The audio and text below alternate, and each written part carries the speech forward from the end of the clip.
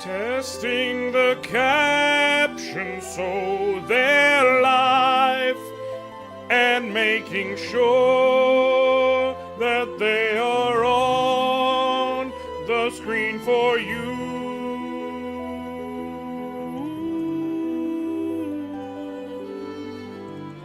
What up, y'all?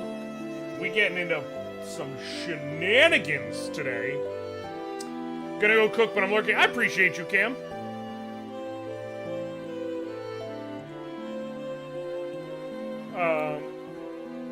And thank you so much for the assistance, Jordan. Also, what up, Chocoholic? And, you know, A for effort. And that's what really matters, is that you got an A for effort. Today is going to either live in infamy, or it's going to live in infamy. Those are the options of how today is going to go. I've got everything I can prepped.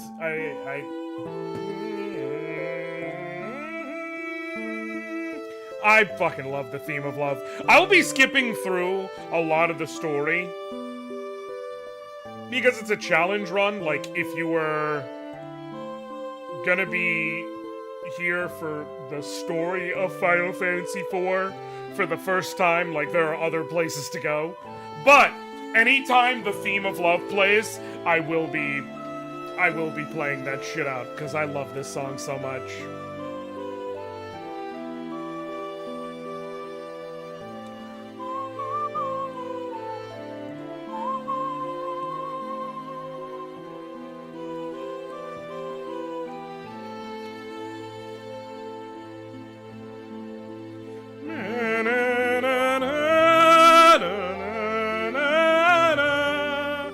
It's just so good.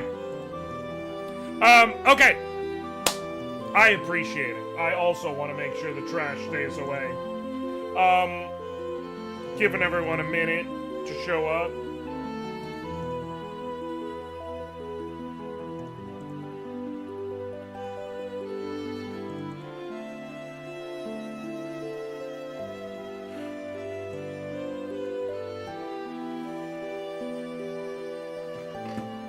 Thank you for checking. Giving everyone a minute, and then I will kind of break down the things I need to get across for the nature of the run, for lack of a better way of putting it. Which is like all the important information I need to get across, and then we'll go from there. Like the breakdown, the rules are fairly simple, but like how we're breaking down, there's going to be very, very specific exceptions. And also breaking down why I'm using the version of it. I'm trying to fix my pants. I'm not just like... My pants have like... D-pants. Oh, it was inside. That's why. Got it. Anyways, the version of the game we're using, because there are... Not counting that some of the different releases international... Actually, I have to count some of the different releases international versus normal. There are 1, 2, 3, 4, 5, 6, 7, 8. I guess technically 9 because there was the mobile and Steam versions. There are technically 9 different fucking versions of Final Fantasy IV. So the specific one I choose very much so matters in this equation.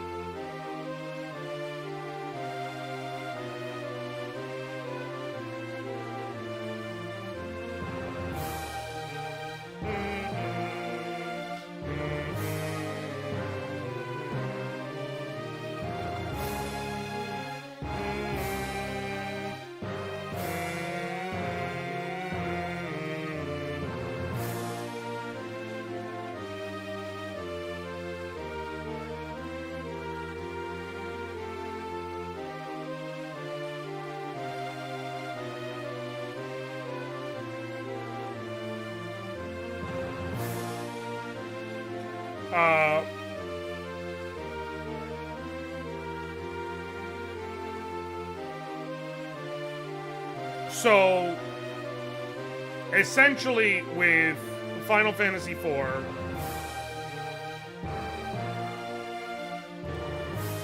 there was the original Japanese Super Famicom release.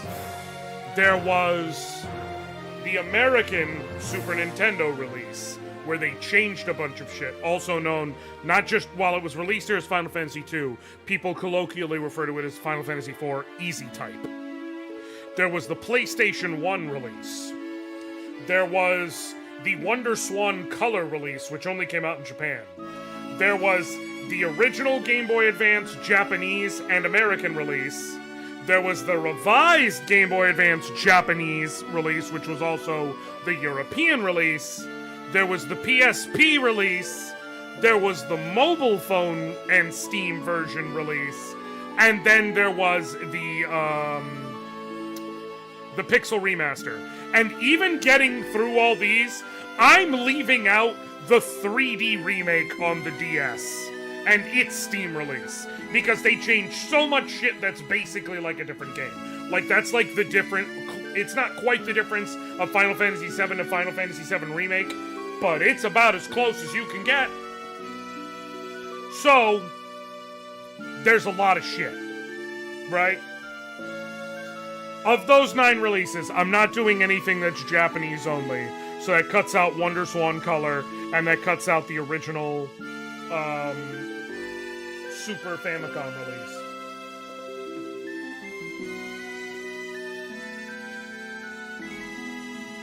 I'm not doing the PS1 release because that's essentially... It's got load time issues, it's got problems I don't want to deal with. I'm also decided not to do the original Super Nintendo release because there's just a bunch of bugs and annoyances that would make it like... It would be the hardest and most annoying one to do it on. The original Game Boy Advance release was what I was originally going to do. The problem is, I realized/remembered that, and learned the gravity of, every long-range weapon does not get coded as long-range in the original Game Boy Advance release. Rather, they get coded, like, it just, if you're in the back row, no matter what you're wielding, your weapons all have half accuracy, which cuts your damage in half, essentially. So that wasn't gonna work. The Japanese/European Game Boy Advance release allowed for fixing it for harps, but not for bows. Which, like, I was considering dealing with that even if it was going to be probably the most annoying way to play. But the problem is, while I could get my hands on a copy of it, I could not... What up, Kano? I could not find a single code to modify your current party members. So I couldn't hack Edward in, so that version is immediately a non-starter. So that leaves us with the PSP release and with the Steam release. I was going to do the Steam release because, like, I felt like, you know, maybe that'll actually be the easiest version for people to get into. It's the newest release. They might enjoy it most. And I found a save editor. What up, Caracal? For all of the various Pixel Remaster games. The problem is, the way that save editor works, it will not allow me to hack Edward into the party until I've already run into Edward at Damn Kid. So I would not be able to do anything up through and including the Octomammoth without Edward. Not a massive loss, but given the alternatives, I figured I'd look. So both the PSP version and the Pixel Remaster version have the same issue that I have to face, which is they did fix it so bows are properly long range, but harps do. Oh, no. Harps actually would work normal in Pixel Remaster. Harps don't work long range in the Final Fantasy IV Complete Collection for PSP. They do work in the Pixel Remaster, but that cut out all of the extra content that came with the Game Boy Advance and PSP release. So it wouldn't matter because the endgame harp you can get is no longer available. And in the PSP version, I did find a way to hack him in, so I can have Edward right out the gate. So at that point, I was like, fuck it.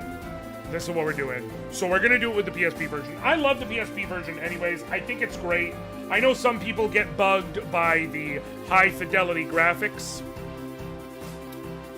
I like it. If I can find a better hacking method, I may redo this in the Pixel Remaster. The Pixel Remaster will technically have the easiest endgame out of all of them, I believe.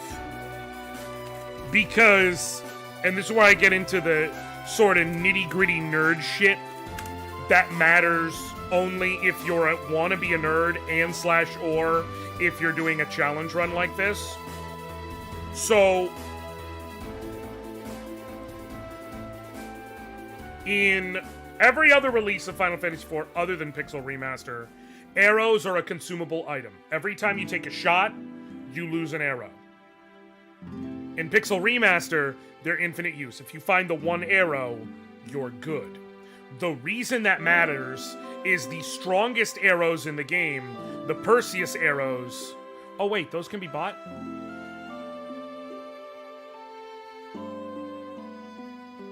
Wait, no, never mind.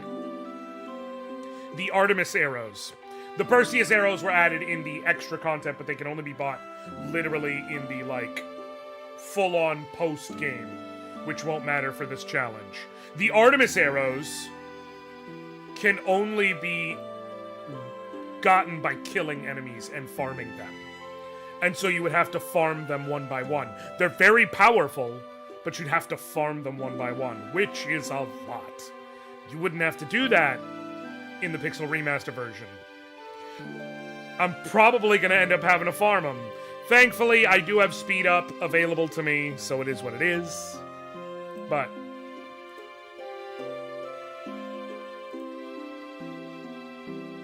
alright.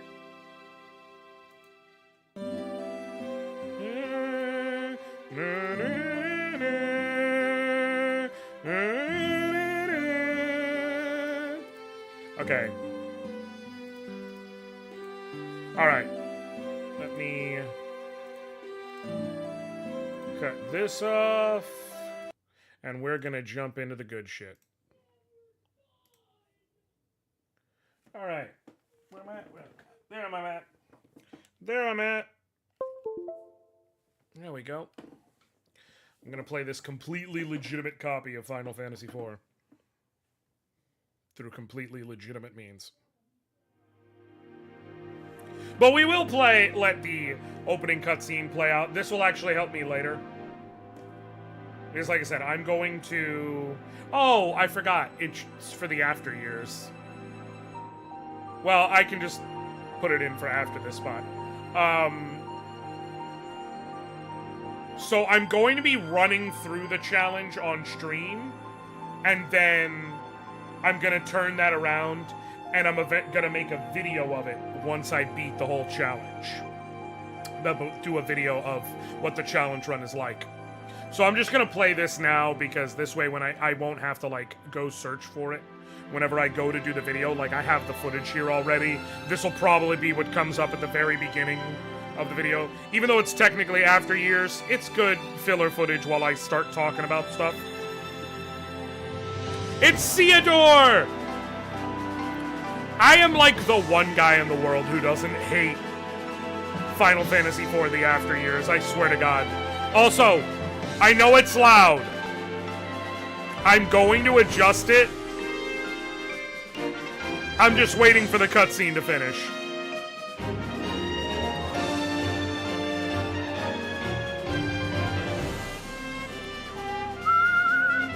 Yang and his daughter. Our beloved Bardy boy. A mysterious man.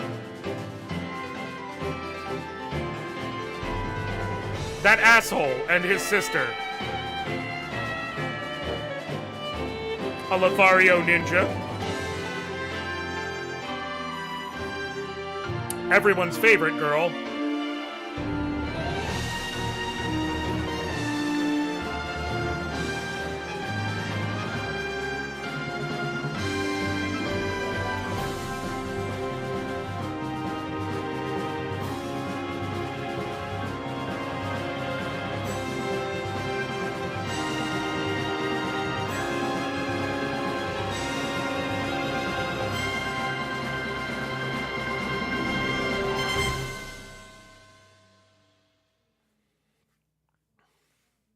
I think it'll be even funnier, actually, if I have it go to the after years, and then I can be like, wait. Game setting. Wait, hold on.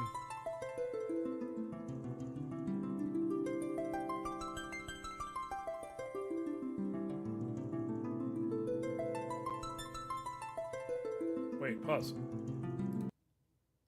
Oh, here we go. Audio, global volume, punch that down to like, let's try 7. Okay, that's much more manageable. Alright, we're gonna do this. Let me do game settings, system. Okay, forgot, it works, but it does. Okay. New game.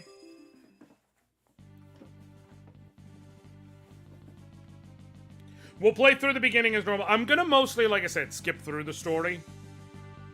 Because, like, if this is your first encounter with Final Fantasy IV and you want to know the story, why are you coming to a challenge run?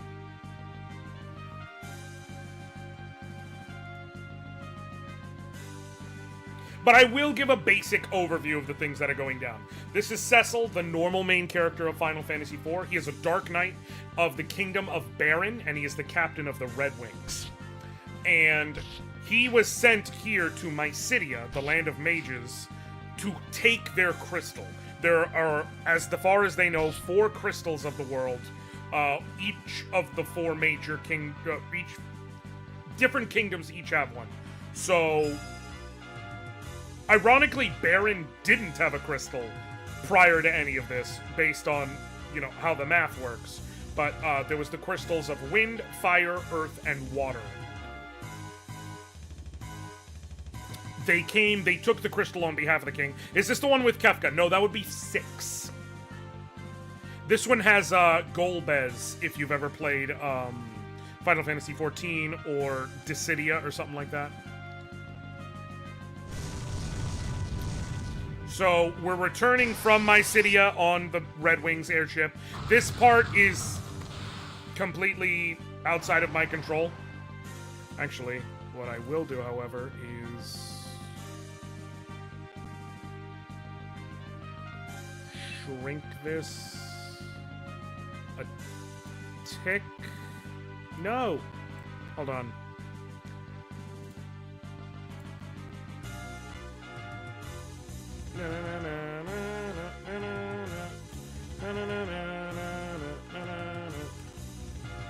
Hold on, I'm using this opportunity to try and work the bugs out, if you will.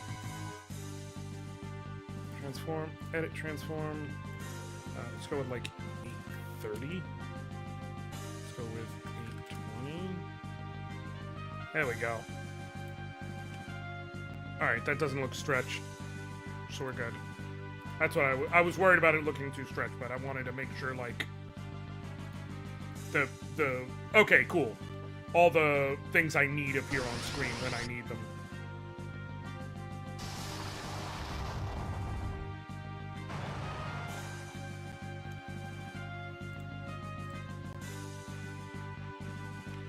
Actually, I can do better. I apologize, folks. I should have sized this out better before I started, but better I get it out of the way now.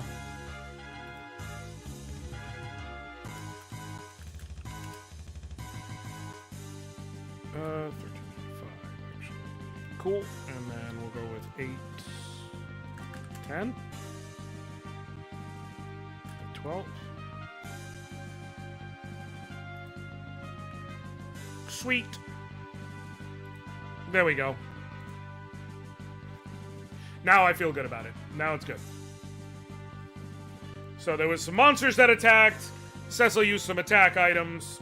Move on. The funny thing about it is in the original American Super Nintendo release, I only played one that you might have deleted unless you put 10 and 10, 9, 10, and 10 too. Got it. So there are some references to this game in 9, just like there are references to all the retro games in 9. Well, so for instance, Kane's lance that Freya can wield is a reference to Kane, from the Dragoon from this game. Kimahri having jump as a starting thing.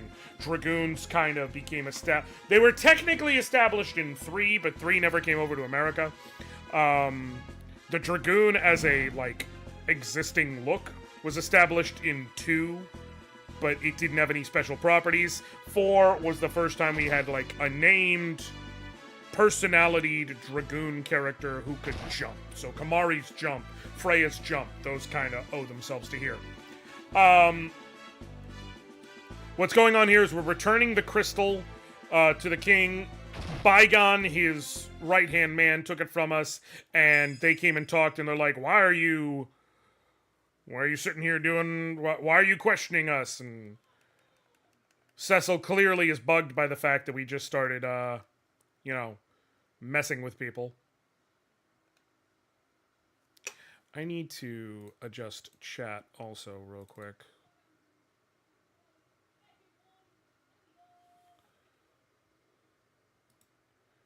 Let me do transform, reset transform, and do it in here.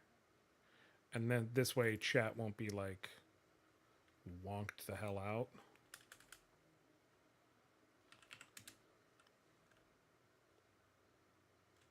No, no, no, no.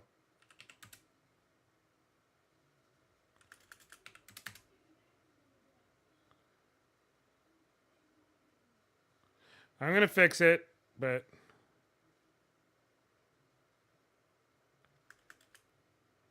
$3.95. Height's actually not too far off. Righty. TBH probably just best to fit. Yeah, you know what? Cam, when you're right, you're right. I don't know if you're right here, but when you're right, you're right. So. Cool. And now I can... Wait, that's a... Okay. And now I gotta go here and go to my settings.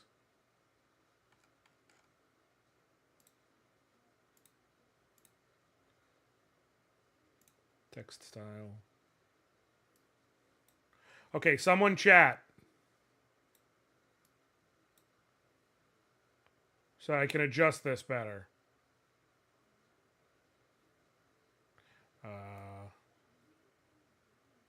There we go.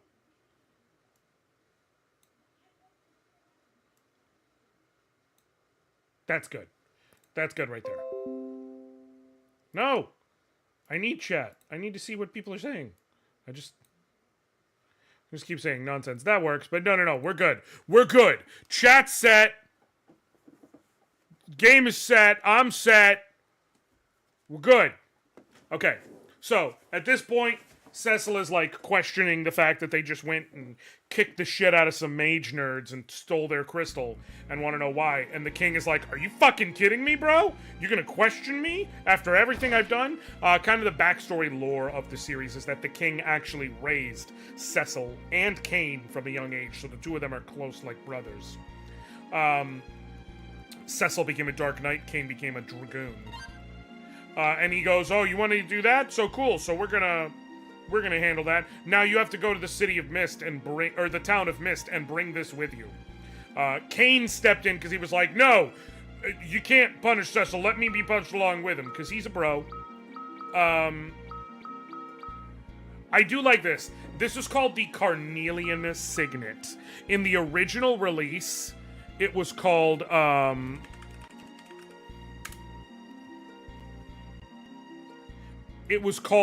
just a package. In the Game Boy Advance, the one issue I have is they legit have the thing he gives you be called Bomb Ring. Like, no fucking subtlety. So, we're gonna gather all the items we can. Technically, I could wait until I'm Edward to gather all the items I can, but, like, it's fine. Oh, that's right. I can't until I get that. NPC gives you plot hook item. Pretty much. Alright. So we go here.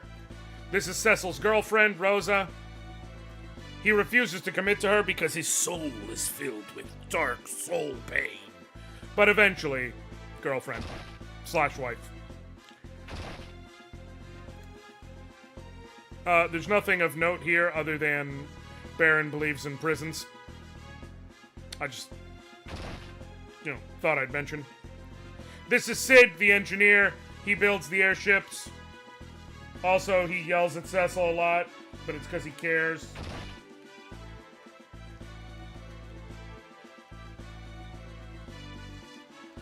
And he's yelling at him like, the f you doing going and beating up on people? And it's just like, well, I didn't really have a say, bud. So then you go upstairs. There's Cecil's maid, I guess. He goes to sleep. And Rosa shows up for some late night booty. I'm not even kidding. Like, Cecil monologues, and then Rosa shows up for some late night booty. Like, what's going on from you? Why are you withdrawing from me? And he's like, I can't, babe. I'm filled with soul pain. So he cockblocks himself, really.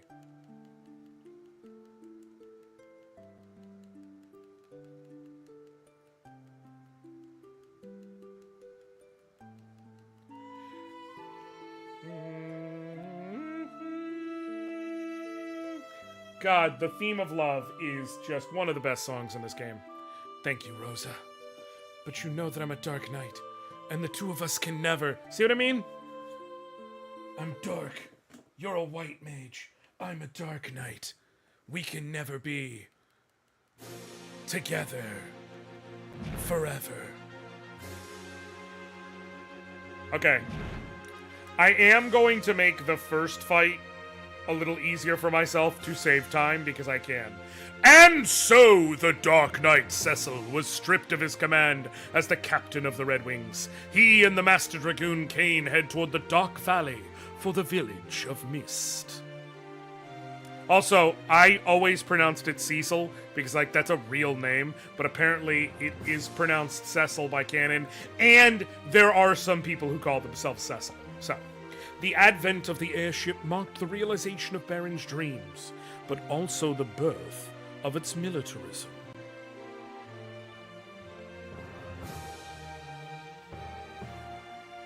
I can listen to you read in memoriam.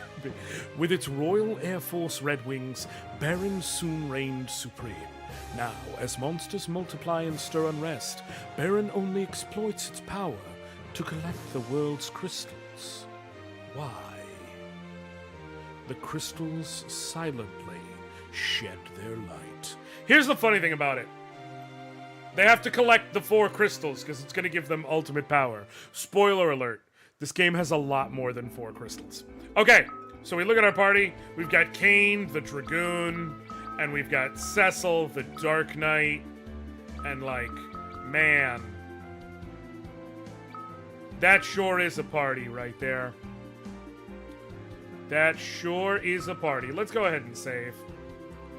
This is from... I'm going to save in slot 2, because it feels fitting. That first run, I actually streamed that run. I think it was not last year, the year before. I can't remember, though.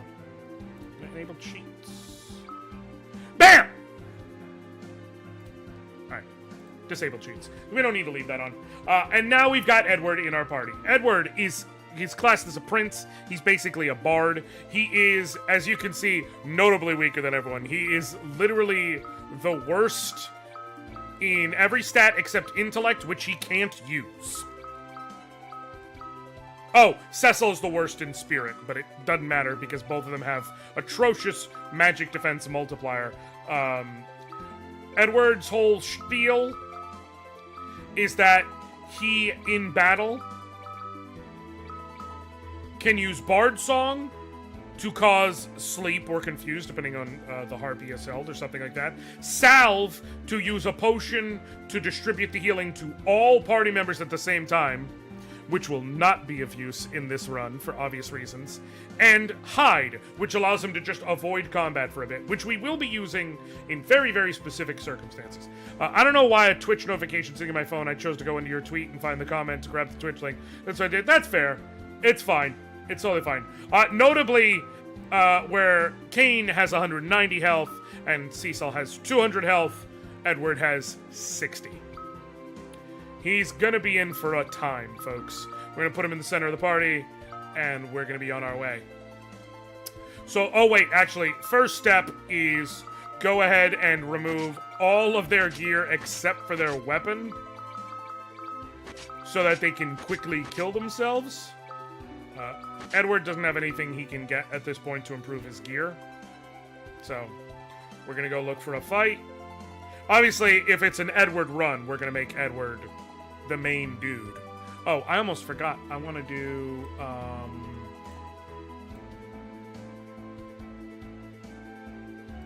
do not, for this run, make messages disappear. Okay, cool.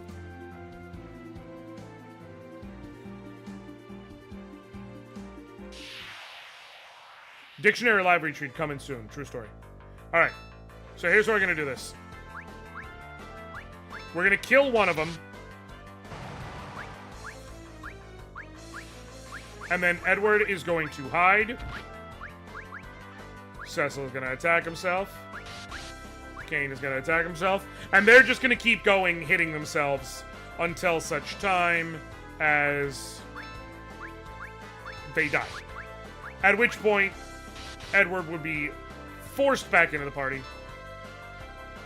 A naked suicide pact. Didn't expect that's how this was going to go. Listen, sometimes it be like that. You've heard of suicide girls. Now get ready for Suicide Guys. The RPG. Coming soon to a Flash game near you.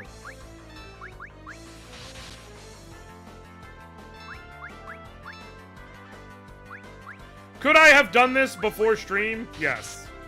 But I feel like taking the time to kill these guys in front of everybody is kind of part of the challenge run. You know what I mean? It's a part of the process. Kane's actually going to hit him, because that'll allow me to do this. Really? Right, it adds to the authenticity. Okay, and now Edward will automatically be returned. And now he's gonna fight for real.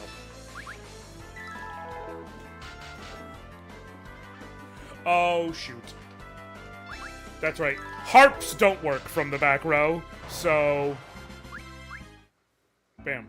So now that they're knocked out, I will go ahead and also remove their weapon. I will leave the Dark Sword in Cecil's hand. There will be points where he gets revived as part of the story, so I want him to be able to kill himself. But Kane, I don't gotta do nothing. Alright, Edward for now has to be in the front row, as scary as it is. We just gotta be really ginger with how we handle stuff. Actually, first things first, let me go... First things first, let me go back into Baron Castle. First thing we do... Oh, I can't go back in the castle yet. That's right. Alright. I got what I could out of Baron then.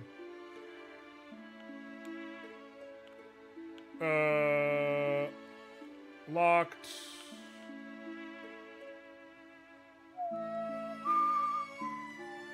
I'm trying to remember what all there is for... Can't go there yet. I could rename Edward if I wanted to. I'm not gonna. I could be an asshole and be like, well, if you want to be accurate, and rename him to Gilbert. Because that's his actual name in Japanese. Edward the Bard / Prince was actually originally named Gilbert. His name in America is Edward Chris von Muir, but his name in Japan is... I think the same thing, other than... I think it's Gilbert Chris von Muir. The problem is that in America, on the Super Nintendo, you could only display 6 characters at a time in a name. Damn it. You know, that is actually very true. Part of me wants to name him Gilbert now for that exact reason. But, so in the Super Nintendo version, they could only display 6 characters at a time on the name. So as a result, Gilbert was just not an option. So they said, we'll name him Edward. Here's the thing. As a result, this game has 2 different prince characters that you recruit who join your party named Edward. Because, for anyone who's played the game and who knows, one of the last party members you recruit, the last permanent member you recruit, is Edge, the ninja. Edge is a portmanteau.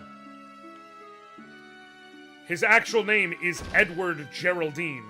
He goes by Edge, and I'm not shitting you, because he thinks it sounds cool.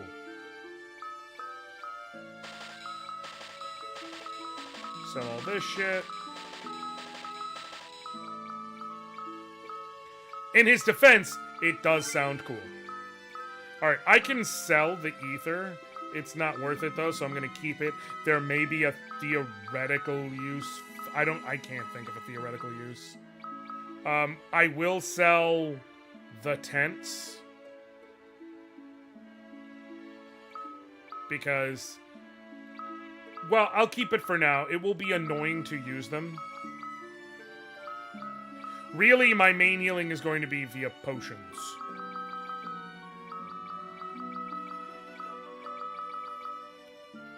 because the potions have the advantage of not waking up Cecil.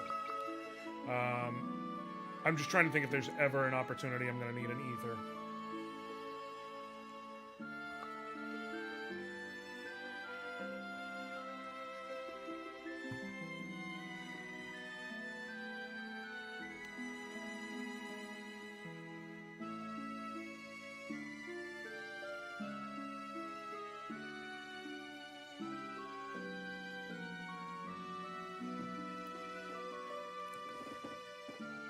No, there's not. I'm gonna get rid of it. Because battle items will theoretically have a use. Things like bronze hourglass or, you know, things like that. Those will actually have a theoretical use. Because Edward has, you know, limited options available. Another potion, always good. Edward has limited options available to him as far as what he can do.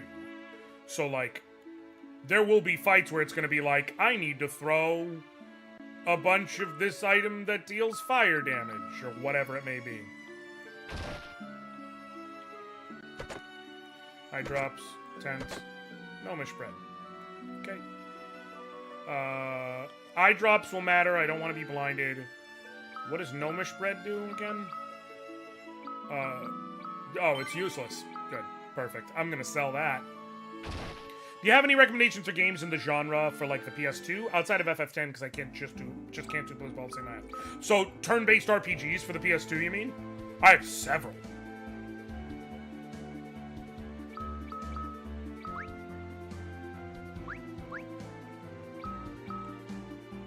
If you're specifically looking for good turn-based RPGs from the PS2 era, right off the bat, I will always be a proponent of Grandia 2. It's not perfect, but my god, do I love that game.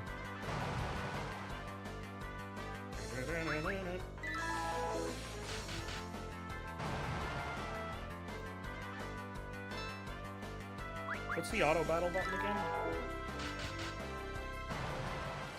I know there's an auto battle mode. Guys, to begin with, I'm gonna need to grind a bit. I am literally too weak. Just letting y'all know. Like, buckle up, motherfucker. Okay, cool. Auto mode, thankfully, speeds it up. What up, Wizard Styles? Grandia 2, excellent turn-based game. Any of the Suikoden games, in my opinion. Suikoden 3, Suikoden 4, Suikoden 5. 4 is the least well-loved of the bunch among, like, series purists. But I love it, personally. I don't know why people have such an issue. Made good on the Edward-only threat. I sure fucking... That wasn't a threat, it was a promise.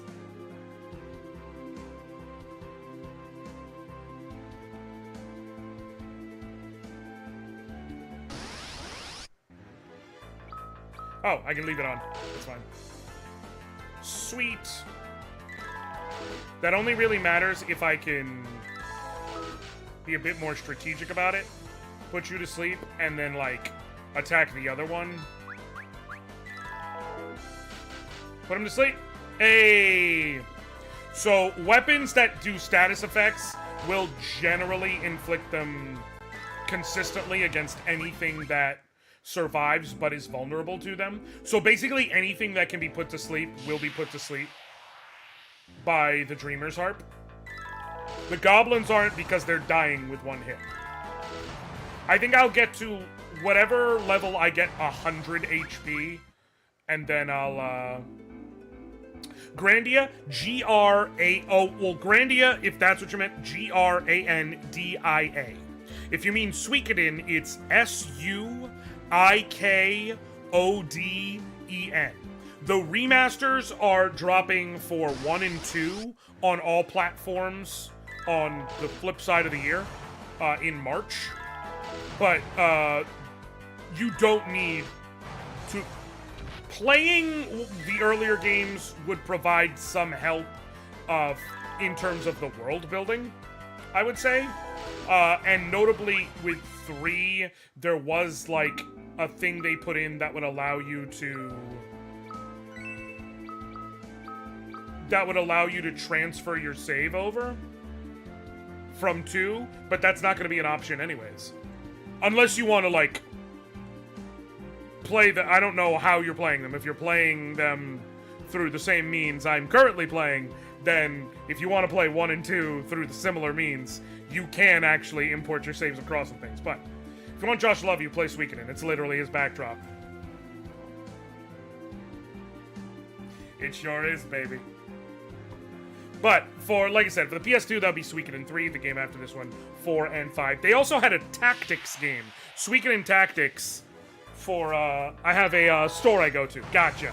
Suikoden Tactics, it's a good old, you know, grid-based tactics game based on Suikoden 4. It's, in my opinion, pretty fun and good. No, I just saw a Halloween costume that isn't offensive socially, but offensive mentally. Go on. I am very curious what that actually means.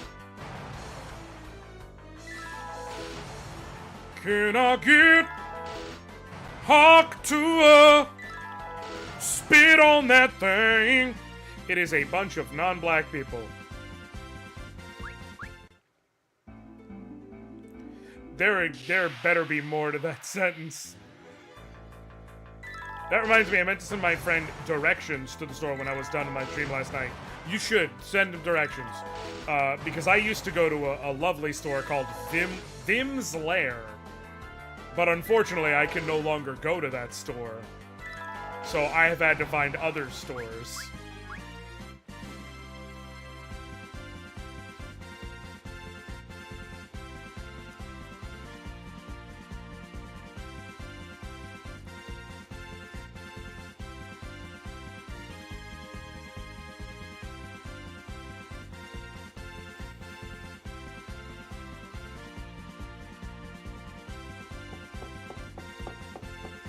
This is either really good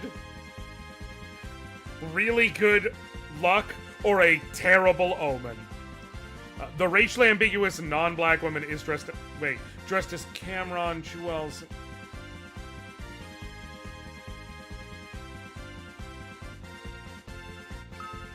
I'm sorry. You had white people dressed as Dipset?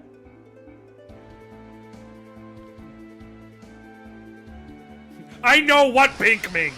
I know the Jim Jones pink mink. Why? What?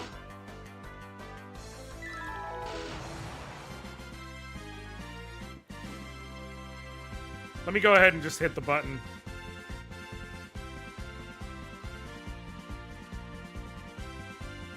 It's for black people anyway! It was in back, but y'all got it.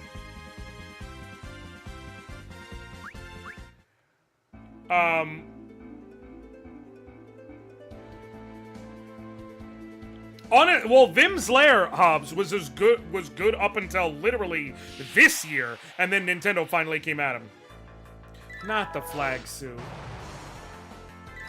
God damn it. Careful, this is getting more upset by the moment.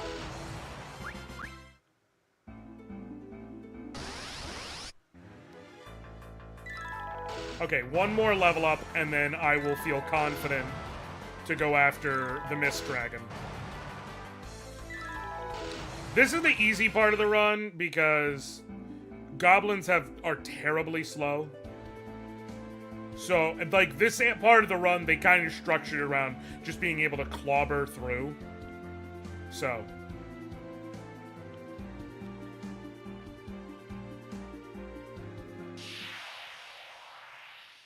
Oh, here's another option. Not a lot of people know, Legend of Legaia had a sequel, and it was on the PS2. Legaia 2, Dual Saga. It's got some issues. It's not perfect, but, like, it's a fun enough game. It's worth a play, I'd argue. And if you've never played Legend of Legaia, it was basically what if an RPG, a turn-based RPG, and a fighting game had a baby. So what made it stick out is that when you went to combat, you would, instead of just hitting attack, you would have a bar that you would fill with attacks. It would be like forward, it'd be like downward attack, upward attack, right, left, whatever it may be. punch, kick, like you would have different options. And so as a result, if you chained certain types of hits together, you unlocked combos. Kind of akin to Xenogears.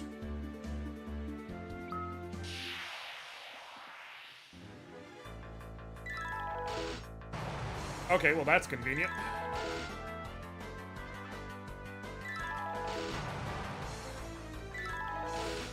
Legaia 2 kept the same sort of idea going, basically. Obviously there's the Xenosaga games. I think they're great. And then also, I just had it in my brain and fell out.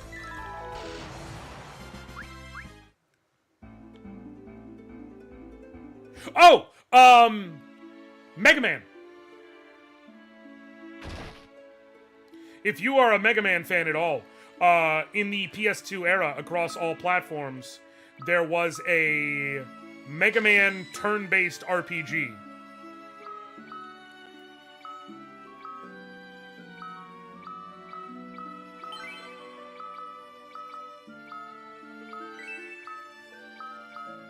It was called Mega Man X Command Mission.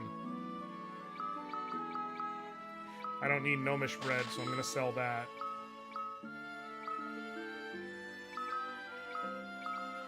Let me buy one antidote just in case. I don't know if I'll need it, but... I cannot believe I got Goblin. So, folks, Rydia in this game, who we will soon encounter, is a black mage. It's a mage. She's mostly a black mage, though she learned some very limited white magic as a kid. Then, there's a time skip, she becomes a summoner. Most of her summons, she learns about, she learns just via leveling. There's a small number she learned, like, through, she gets as part of the story and whatnot. There's a small number that she gets through story stuff. There are exactly 4 that you find as rare item drops. Goblin, Cockatrice, Bomb, and Mind Flayer. I just found Goblin. The reason why I was cracking up when it showed up on screen...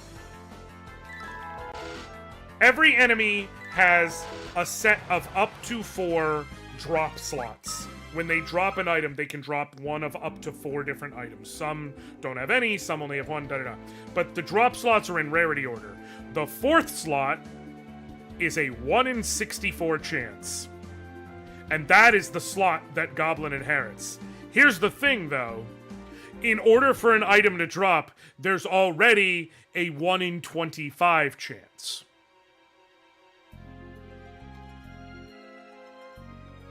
So as a result, the chance of actually getting one is roughly 80 and then 1 in 1600. And I just got one by pure happenstance already in the run.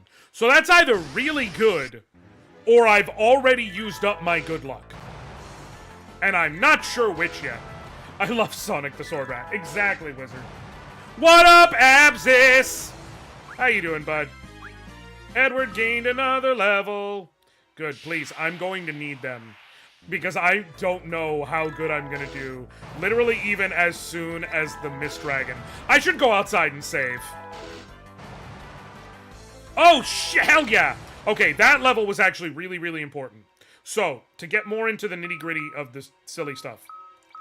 If you look here, notice on the right-hand side of the stats, you'll see attack 2 times 12, then accuracy, defense, da-da-da-da. The number with the whatever times, that's literally how many times your attack can hit across your accuracy modifier. Notice my attacks are now 1-hit KOing even the Sword Rats. It's because before I was only doing 1 hit, slightly modified by my stats. Now I'm doing 2 hits. That second hit is key because it should be enough to 1-hit KO all of the basic enemies that I'm experiencing now until such time as I reach the Mist Dragon. Which makes battles a lot easier because now if I run into 4 enemies and 2 of them are sword rats, I'm not basically guaranteeing getting attacked. It will also quite literally cut the amount of time I spend fighting, say, the Mist Dragon in half. Turn back! What? Who's there? I'm all set for God of War Ragnarok, which I'll play sometime. Hell yeah. Hell yeah. Currently trying to decide what to play next between Red Dead Redemption 2 and Ghost of Tsushima. How's FF4 treating you? I'm assuming this is not... Abscess, not only is this not my first playthrough, this is, as you can see, a challenge run. I had to hack Edward into the party to be able to use him at this point in the game. And I am using a lot of my concentrated Final Fantasy IV knowledge to be able to do a challenge run that a lot of people will probably consider very foolish. And to be honest, they're not wrong. Trish just contained a tent. Also, between Red Dead Redemption 2 and Ghost of Tsushima, my choice would be Ghost of Tsushima, but in full clarity, and I'm sure someone's going to say something, I've never actually played Red Dead Redemption 2.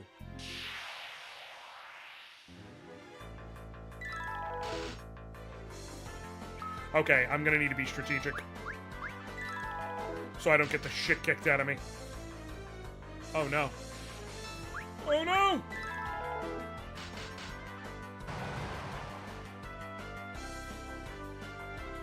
Please, dodge! I'm to sleep, damn it! Okay. Raising my hand as a person who considers this very foolish. Listen, I'm not saying I'm right for having not played it. I know how much people love it, I've just never played it.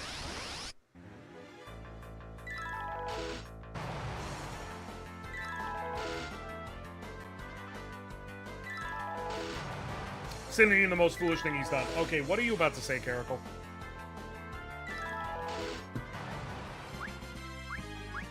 Edward gained another level. Nice.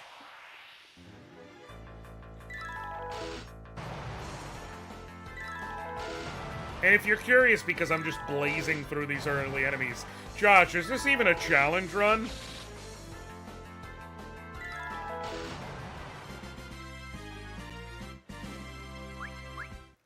Thank you, Sword Rat, for providing the exact proof I needed in the exact right moment. Edward has officially outleveled Cecil and Cain. He still has less strength than either of them. He's just barely faster, which that will be one of his strengths moving forward, but he's just barely faster. He has shit for stamina, and his intellect and spirit are low enough that he doesn't have great magic defense either. And he has horrible health. He also is not really going to ever have truly stupendous weapons, just slightly better weapons at various points. All that adds up to Edward can absolutely get his shit rocked.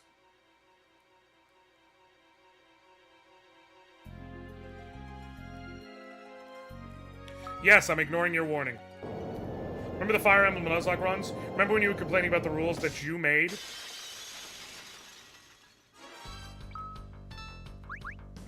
In my defense, they were kind of hard.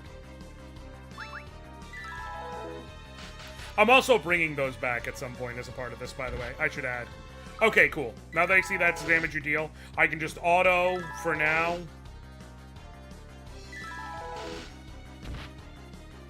Oh, damn. There's a lot of variance on your damage.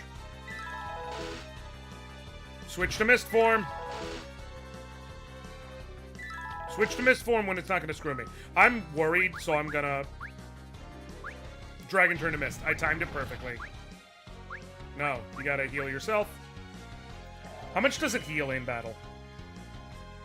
Okay.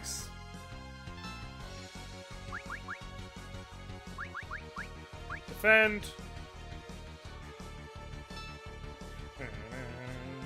I could see the memories come back. Well, yeah. I don't have words because he's not wrong. Because I really was like, this is bullshit that I have to deal with this. And it's like, dude, You created the challenge. Who are you actually mad at?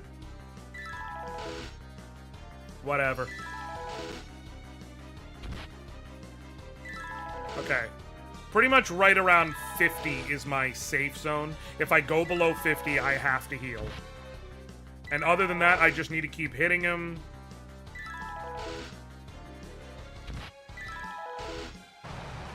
Hey! One boss down, baby.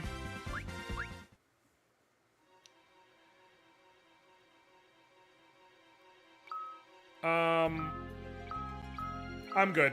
I'm not gonna waste a potion. Alright, that's the first boss taken care of. That's also far and away the easiest boss taken care of, so... Here's the thing about that Carnelian Signet. The ring is glowing. Bombs! Just blows this whole motherfucker up.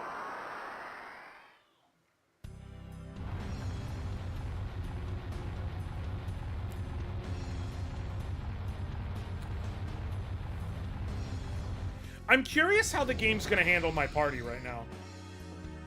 So normally what happens here is town blows up, we realize what's going on, we find this little girl, her mom's dead because we killed the Mist Dragon. That's Rydia. We decide we're gonna save her.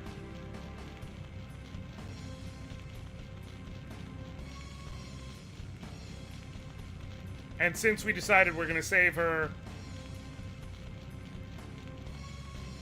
she says, "Fuck y'all, you killed my mom, I don't like you." And then she kills us.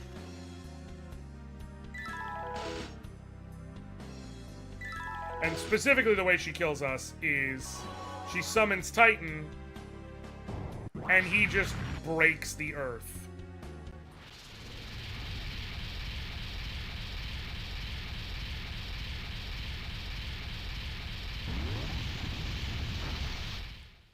So normally what happens here is Cain leaves our party at this point.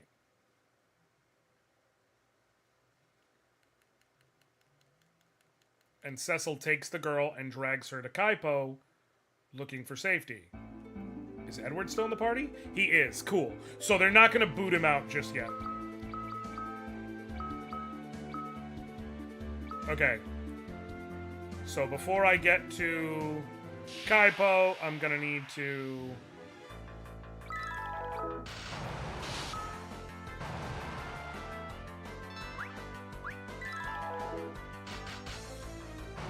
once again, kill Cecil. Edward can add a little bit to it.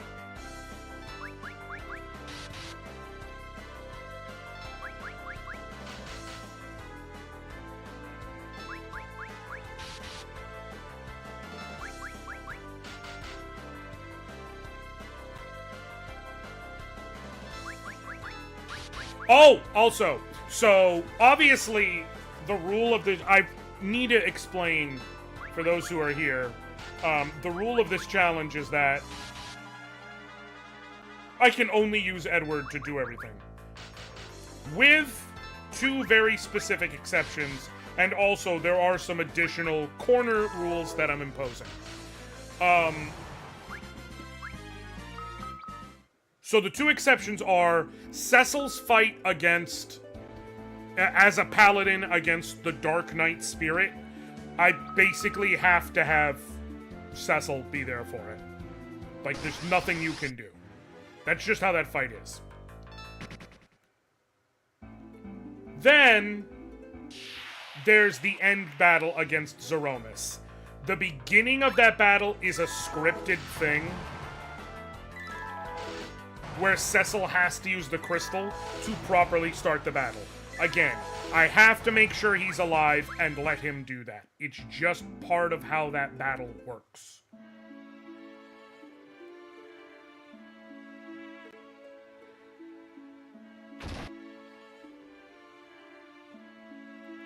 Additionally, one of Edward's biggest weaknesses is his terrible health pool. Even if you level him up extravagantly, he never... I think his absolute max HP... Let me check, because I'm curious.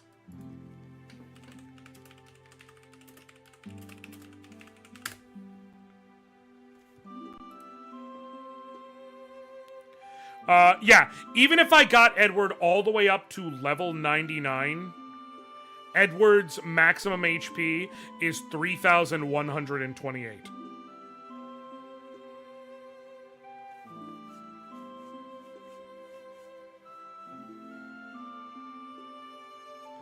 Wait, no, that's the DS version.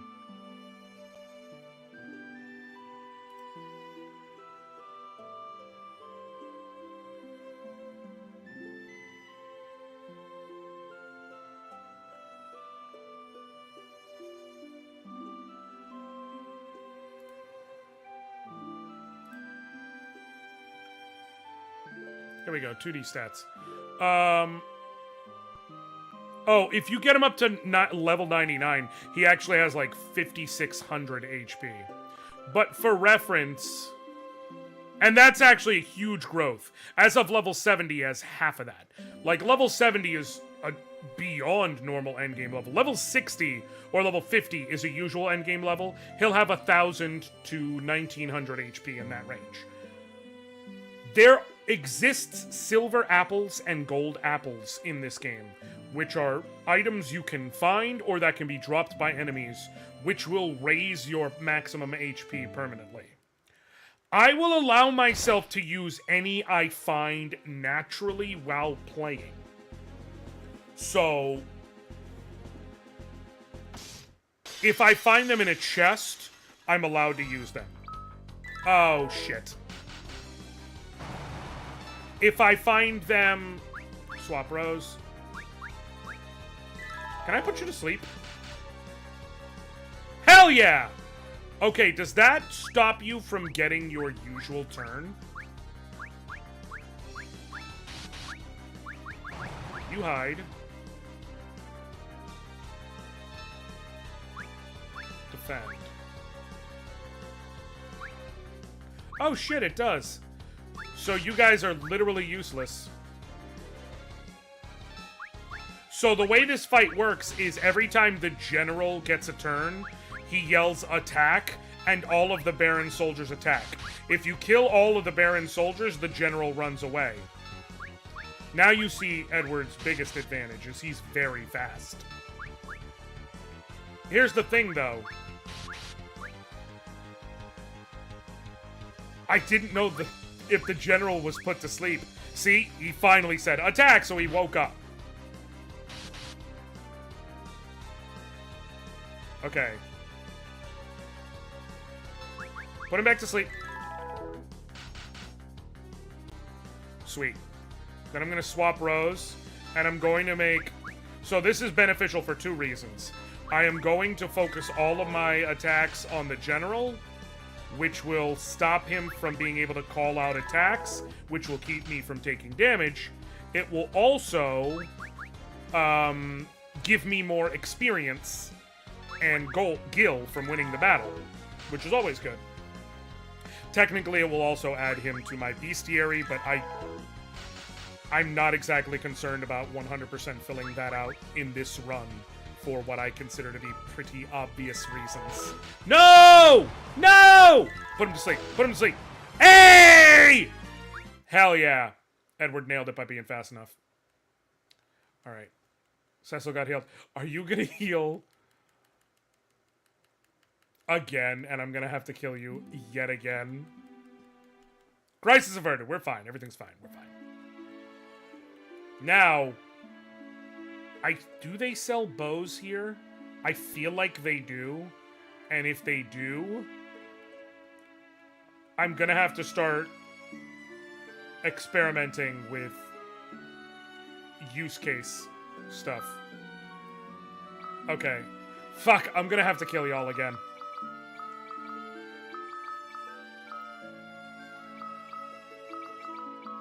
Okay. Remove that, remove that, remove that. Is any of that useful for you? The iron armlet will help my defense. I'm gonna equip it, because right now I would rather that. There's not a lot that even fights with magic defense. You can use the rod to inflict damage on yourself pretty effectively, so. But Rydia's got only 30 health. Like, she's going down easy no matter what.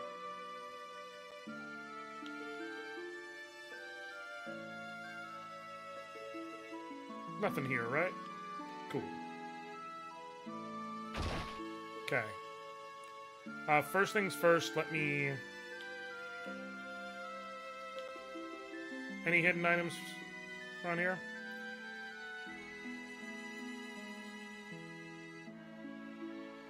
Okay. So anyways, what I was saying is, with Edward, I will allow myself to use any silver apples or gold apples I find naturally in chests or things like that. I will also allow myself... Okay, that's literally the most I could buy. Yeah, I'm buying. What the... I must have accidentally held down the... That's why. So, Edward could use the Dreamer Harp or... Wait. Or a bow. The bow is actually a tick weaker than the Dreamer's Harp, but it does allow him to be in the back row, which will increase his defenses notably, which is useful for obvious reasons. However, it will not allow me to put enemies to sleep. I'm gonna go with the bow.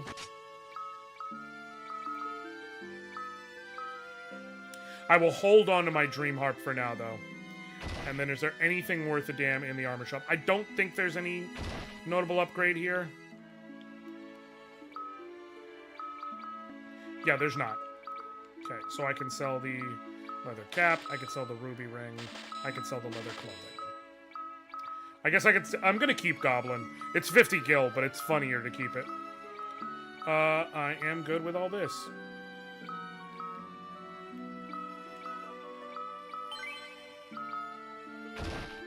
Okay.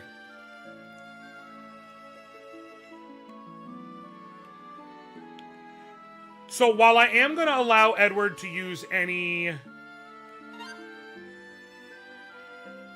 apples that I find naturally, I will not grind for them. I will allow him to... by the way, Rosa came looking for us, and she got desert fever. Which sounds slightly like a microaggression, but it's fine. Oh. We have to get the sand pearl, which can only be gotten from the antlion.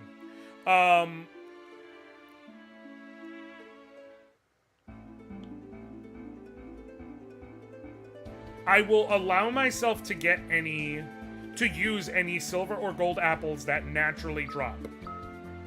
However, I'm being very specific about what I mean when I say that naturally drop. Because what I mean is, it's gotta be something in an area where, like, I just literally happen to run into an enemy that has one, and they happen to draw it. If I should get into a battle in an area where I am specifically grinding, like I'm just running backward and forward, grinding, and that happens...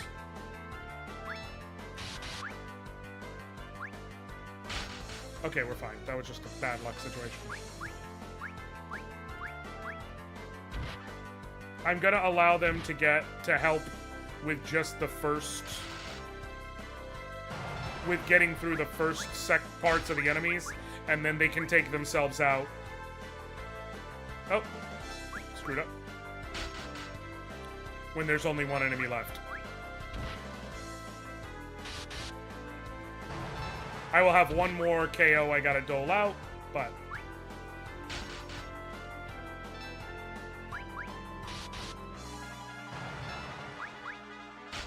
Get that first shot off.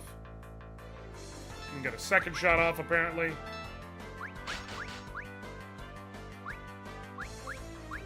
You can get a third shot off. Cool. And now you're gonna hide. Because these fish apparently do not like you.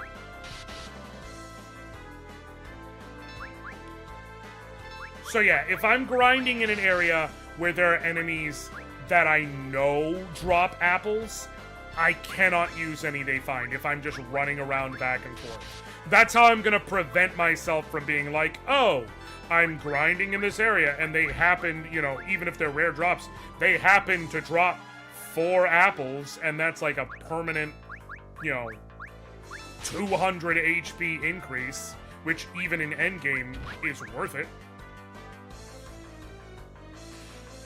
So that's how I keep things fair. Seriously? I'm beginning to think the PSP version did not actually fix the accuracy issues. I'm beginning to think. Which would mean that I could have just gone with the Game Boy Advance version like I originally planned. I didn't have to go through all that work. It is what it is. I will test it a bit more thoroughly when I'm further in. He might just have poor accuracy with it. Oh, and we get Tella to join us.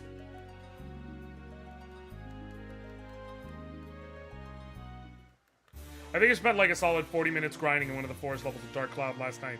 God, Dark Cloud is such a good game. And that grind makes total sense, also, I should add.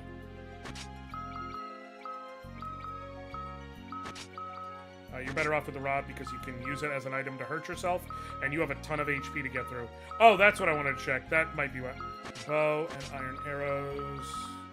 Oh, you have terrible accuracy. What if I flip them?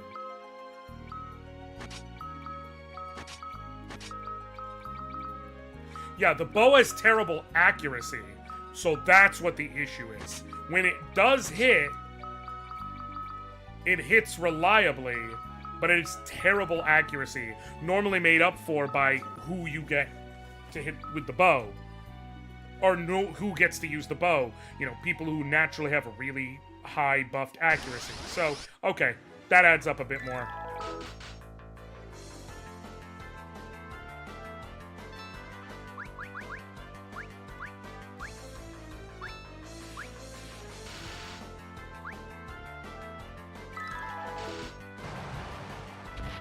So, no, the PSP does not have that issue, but the bow right now is not doing me any favors. That being said, I will be able to get a new bow soon.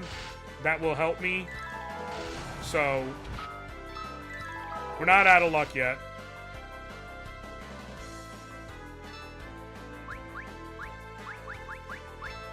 Well, so here's the funniest thing about it. My main character, who I've affectionately named Dix in all caps, his weapon inventory was full, and there was a chest with a weapon for him.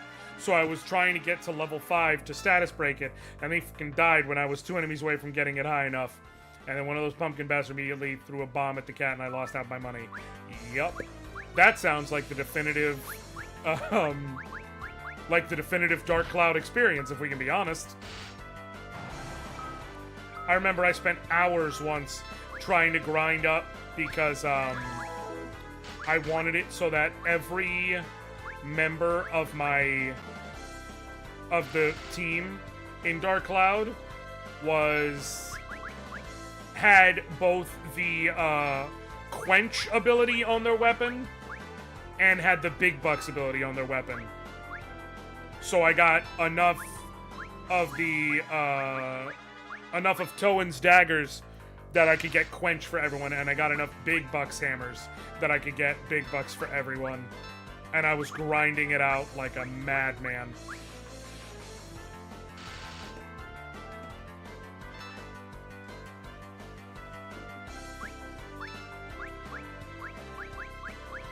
Is this the most effective, or should I cast a spell instead?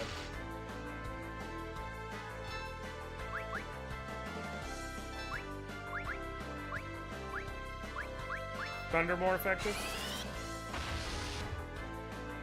Oh, wildly. Okay.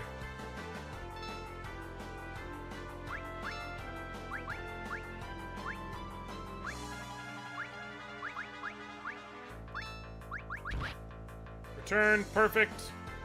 This way I can get in my next shots right before the enemy gets to hit me. Sweet. Okay. So now order. Swap you. Put you down there. Put you in the center. Cool. We'll go with that for now. Got an iron armlet. Is that... Oh, you already got it.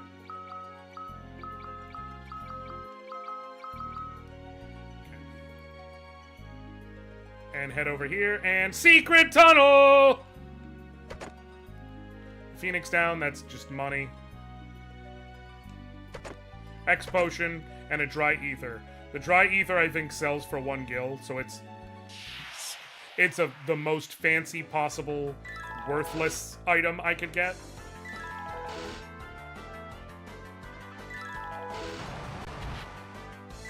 Okay. I don't want to keep taking hits that bad, but they're not terrible. They're manageable for now. Especially since I can put enemies to sleep. We're still fine. So here's the main thing. There will come a point in this dungeon where I will need to, walk back onto the world map and then back into the dungeon through, like, an opening area. And it will be very important when that happens that I save outside, and if I need to grind, I grind outside there. Like, when it comes to the Octomammoth. And the reason why is because of what I just told you about with the apples. One of the enemies that I know can potentially drop those gold or silver... I think they drop silver apples. Maybe gold, I'd have to check. But one of the enemies I know can drop apples is the crocodiles you can find here. And I'm not trying to have that 1 in 64 luck happen again. Run away. I'm not dealing with swapping rows and they get the jump on me and everything. Yeah. So, rather than running any issues, this will be like, I'm gonna avoid grinding where there's enemies that can possibly drop them that I know are there. Run.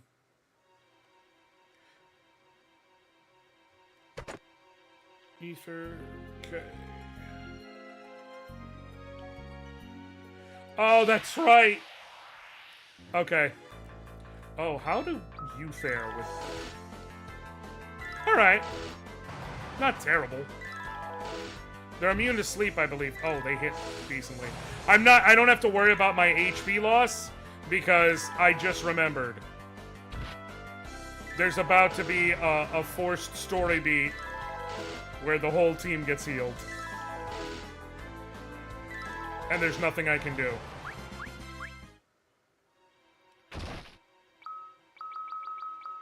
So I'm gonna do that. We'll rest here. We'll use my tent. I was getting my ass kicked in the forest because the first weapon I found for Toan was a sax, which is a 3rd-tier sword, so I cut through the first dungeon like butter. Nice. Random aside while you're killing toads and piranhas, but I finished my first Pathfinder campaign tonight. Very cool. Ending with the players summoning devils by singing an infernal ritual disguised as an opera performance to drag the BBEG to hell. Okay. Was that the good ending?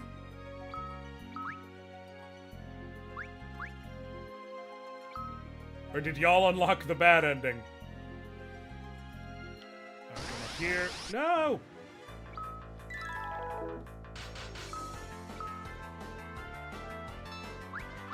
Okay, here's what we're gonna do.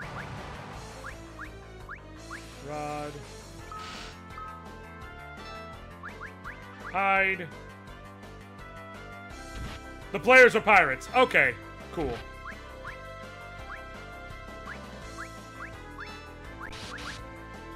Doesn't know any black magic yet. She only knows Chocobo, and that can't be targeted towards us. But I will cast it. I could have her learn Goblin, just because it's hilarious. Kick!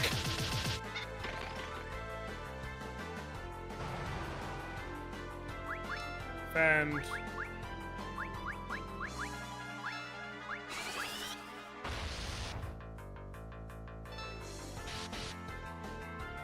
Okay, perfect.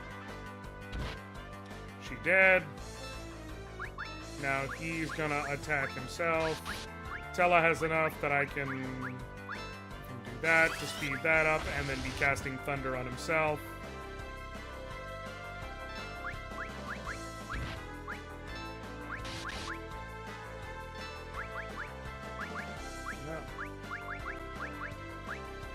I am, for completely altruistic reasons, unaffiliated with my name, on board with her learning goblin. I kind of want to just leave it in my inventory as proof that I got it. It's very funny that it's in there. It's not like I leveled Edward to level 20, you know what I mean? I did a completely reasonable amount of Edward leveling, and that was the result. It's just funny to me.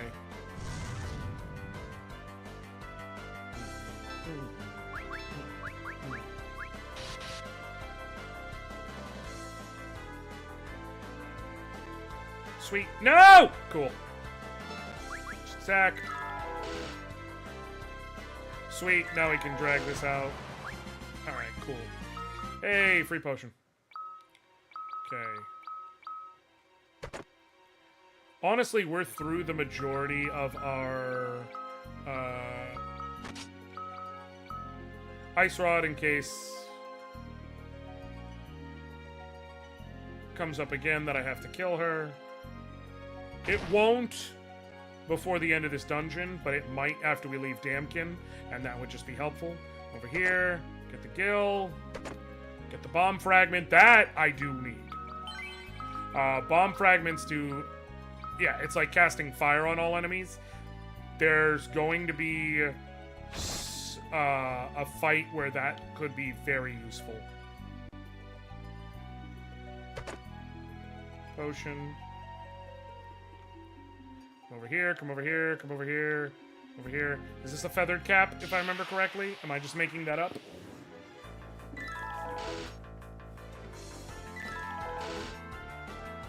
I'm just trying to fight what's in my way, as opposed to, like, ferociously grinding.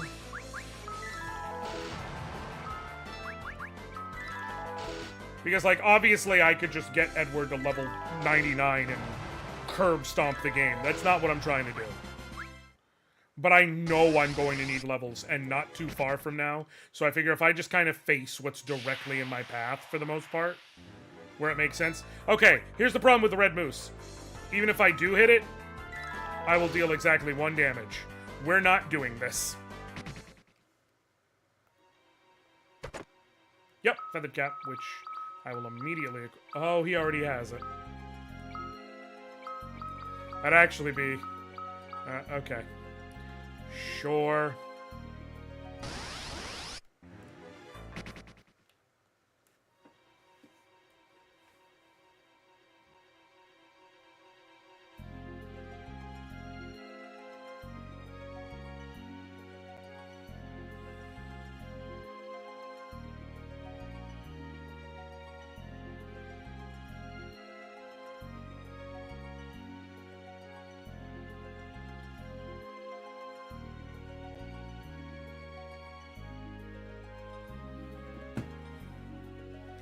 How to optimize your own suffering in Final Fantasy IV. Yeah, listen. I'm unfortunately immensely talented at causing myself problems. Oh shit, Antarctic Wind. Also good. Because that is Blizzard? Yeah.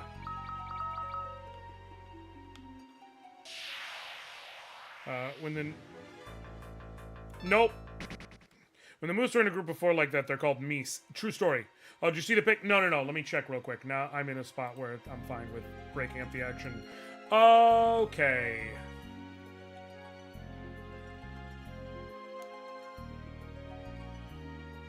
That's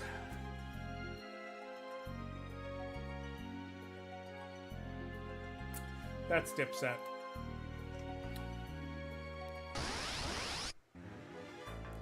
That's the Dipset.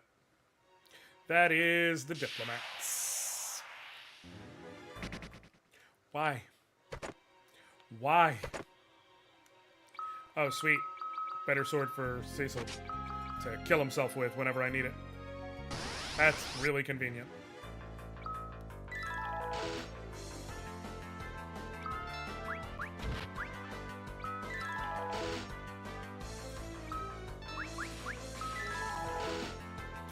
Oh, hell yeah. Come on. Only one more. Put that sucker to sleep or kill him. Or not. That's fine. Those are the most troublesome ones anyways. Like, it's not socially unacceptable, but it's right. They didn't do blackface. So, like, it's not like what you did was outwardly racist. It's also something you should not have done. Alright. I need to pop a potion for my own mental state. And then save here.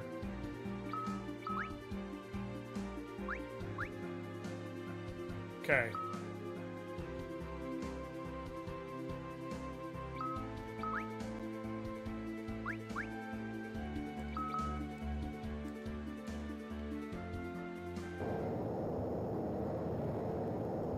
Cool, get dragged down.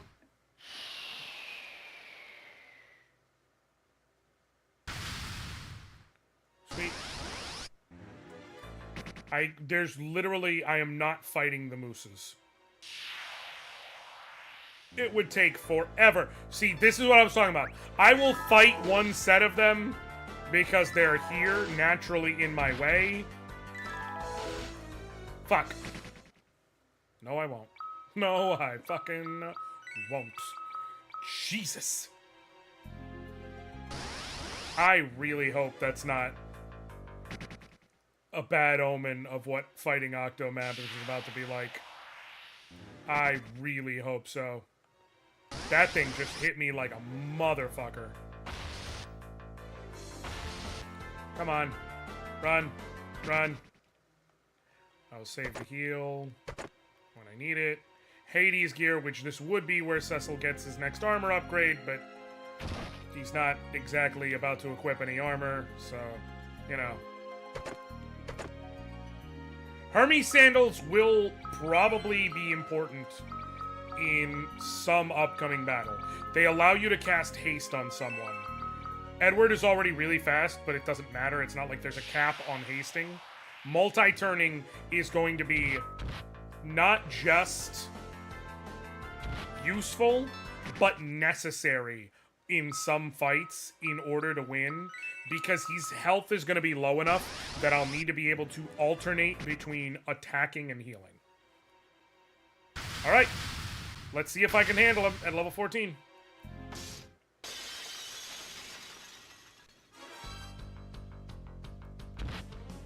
Alright. Oh shit, he is way faster than I was. Oh, I'm fucked.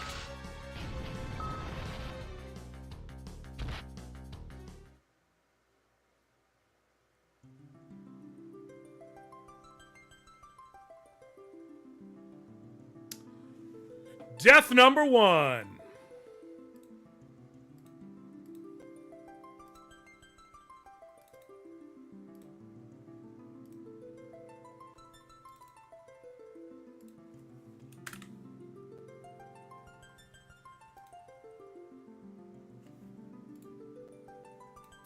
I'm gonna need to level a bit for speed.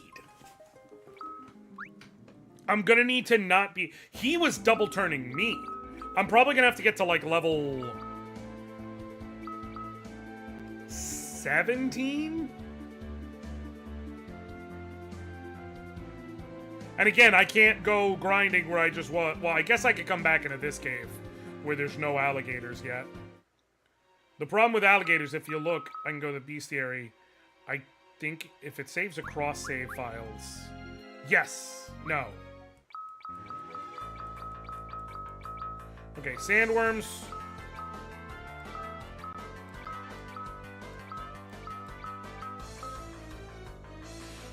Tiny Mage could possibly drop the silver armlet, which might be useful. Yeah, alligators have a chance of dropping silver apples. So,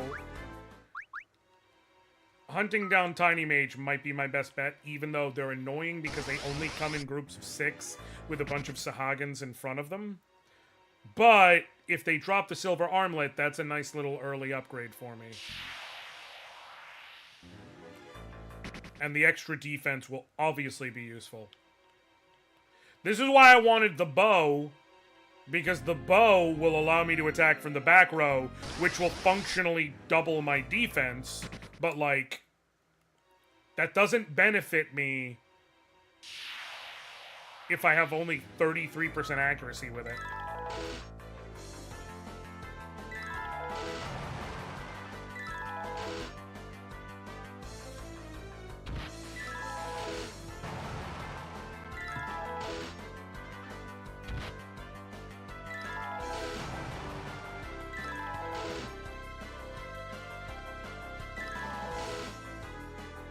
Alright.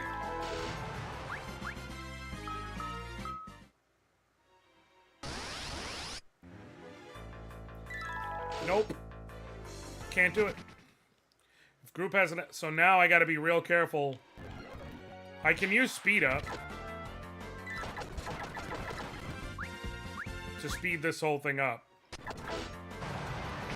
But I'm trying to be efficient, and so I was trying to, like, find groups with tiny mages. Nope. Maybe the room back one will have more of them. I could have sworn I saw him in this room, but maybe it's back. Different rooms have different rates of encountering enemies.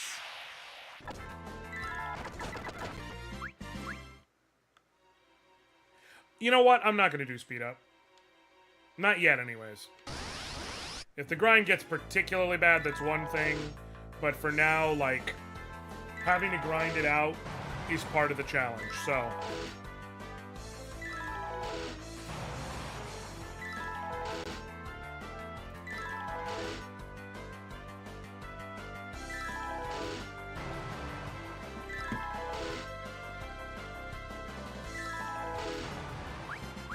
Okay, he was at 14 speed a minute ago. He's still 14. I've got to get him up to, like I said, probably at least 16, maybe 17 speed, so that I can't get double turned. That was the main issue. If I don't get double, like, it's not like his damage was completely unbearable. It was a lot, but it could have been manageable, possibly. But if he's double turning me, I'm done. So we running Final Fantasy IV, the musical strat? Yes.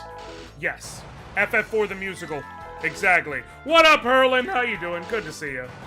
And yeah, also, Calv, I noticed your chat, and I didn't say hey, but what's going on, bud? Good to see you. Yeah, a group of moose is called, fuck that. That's what it's called. I think in this room is where they spawn. They don't have a super high spawn rate, but I'm pretty sure in this room is where they spawn.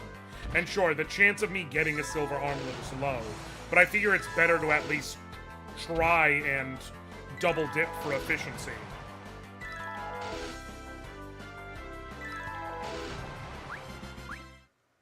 It's a good thing I switched back over to the harp. I don't think I would have enough arrows at this point.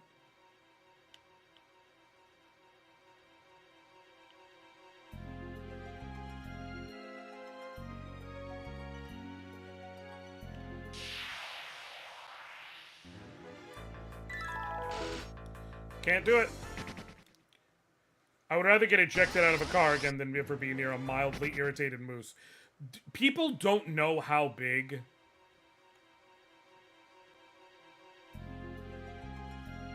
Oh, arrows were infinite in this one. It's been so long since I played. Oh, we're fine. Yeah.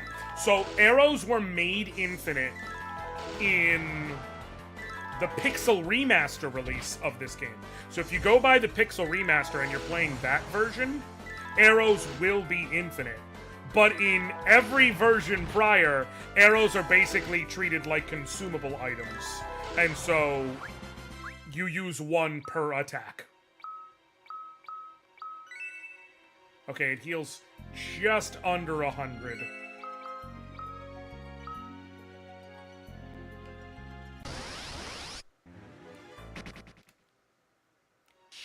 The fact that now I can't run into a tiny mage to save my life feels pointed. My favorite video is the one of the moose barreling through, like, hip height to a human depth. Yeah!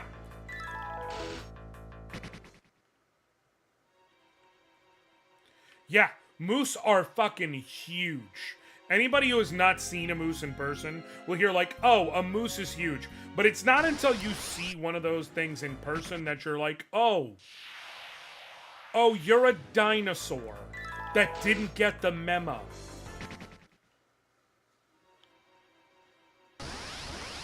Right, they're the last living megafauna. They are literally dinosaurs that didn't get the memo. I hope they eventually make a new Digimon game that works like Digimon World 2. That might be my favorite dungeon crawler. I love Digimon World 2. I'm especially biased because you can get Tentomon very early. And he comes with the cool interrupt move. So it's like, oh, you're gonna attack me? No, the fuck you aren't.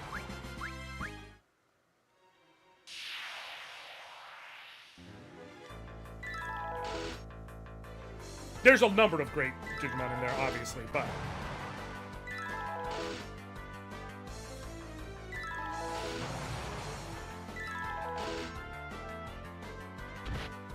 Also, going out of your way to recruit the Metal Greymon early just to stunt on the game.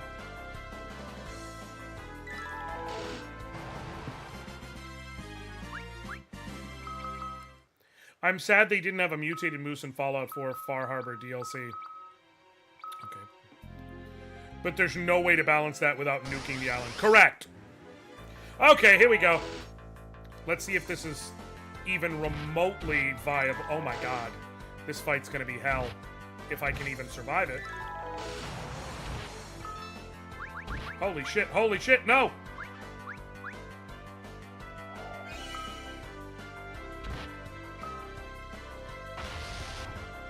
Oh, it's too much. It's too much. Having to be in the front row, it's too much. So, okay.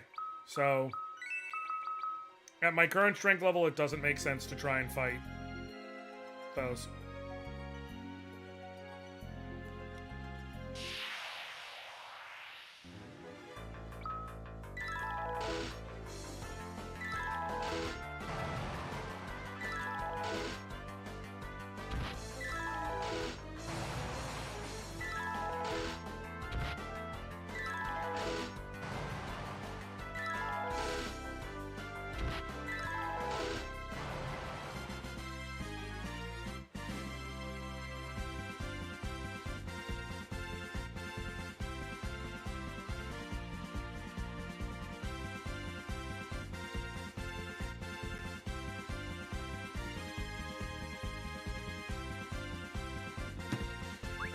I mean, like, ants are at least 100 times larger, if not more so. A moose would just be walking island elephant from what... That would probably be the case.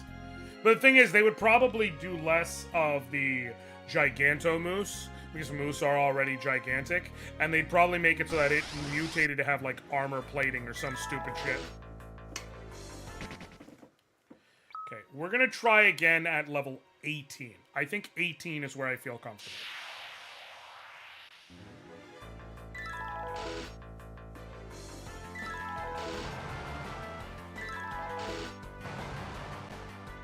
Right, it could be, exactly, Herlin, it could be like that, or like a Sleipnir moose. Like Odin riding atop a 6-legged moose. Well, the thing I've noticed about the Fallout creatures is that crustaceans and bugs get big, mammals tend to just get weird. Exactly!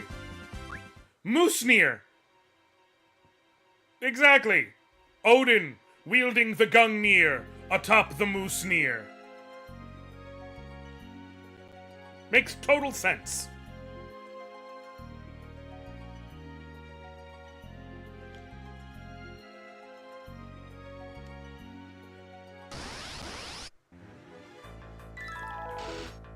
Or even the don't get near. Exactly. You got it, Cal. Mother! I'm refused to get into a fight with an alligator. Obviously, that's just good practice. But I also mean that in the very real sense because, like, all jokes aside, if an alligator drops a silver apple, I'm going to be mad. Because I can't use it. And I'm going to be so pissed. Oh, shit. Okay, thank God. I was like, shit! Okay.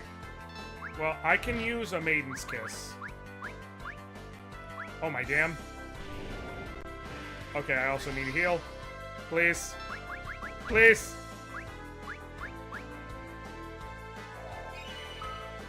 Okay. Alright, we're fine. We're fine. We're fine. Everything's fine.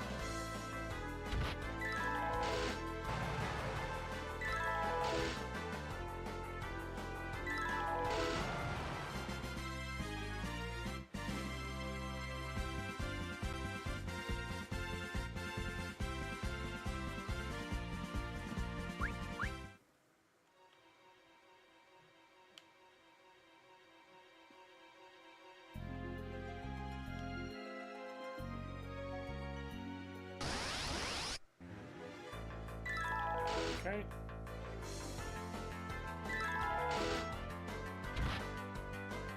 Don't turn me into a frog again. Now, maybe it's cheating because I put you to sleep, but I don't really care. Does Bard's Song work on all enemies? It does not.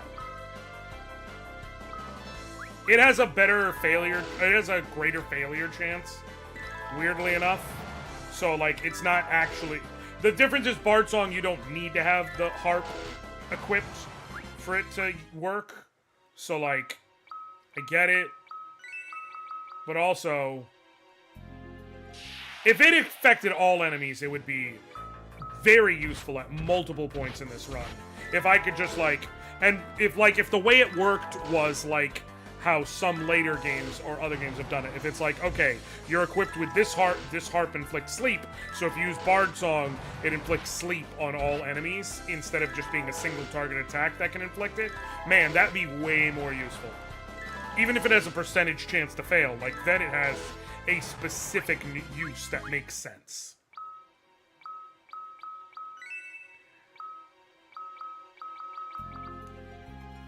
Oh god, he's still got 15 speed. He's only gonna have 16 next level, I think.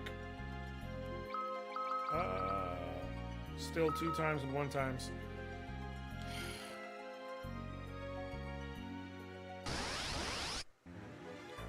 Well, like I said, we're gonna get to level 18, heal up, and go try again.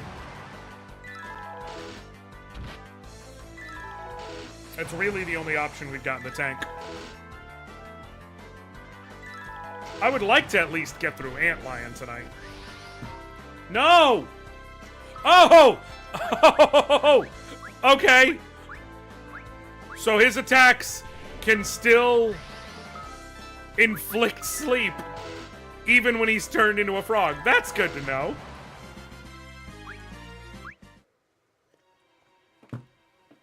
Technically, then, I could have stayed a frog and just kept attacking. Because I would keep putting him to sleep. So even though I'd only be doing 1 damage per hit, eventually I would take him down. And it would save me a Maiden's Kiss, which I have a very limited number of. I'm not going to, but I could have. Please tell me these things are vulnerable to sleep. Okay. Because the problem is they have a healing counter. So if I don't put him to sleep, I think they're going to auto-heal out of it. Or he's going to run away. Okay, whatever. Frog! Nope. Clearly, if you manage to finish the Edward run, the Edward but he's a frog run is the logical next step.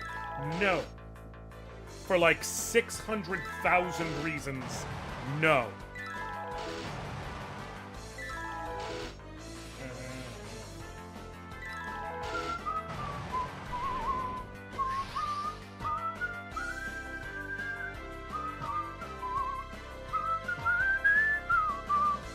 I'm gonna let this play out. You're putting him to sleep anyways. The problem is I'm gonna need to heal the frog status no matter what. Like, because it remains after battle.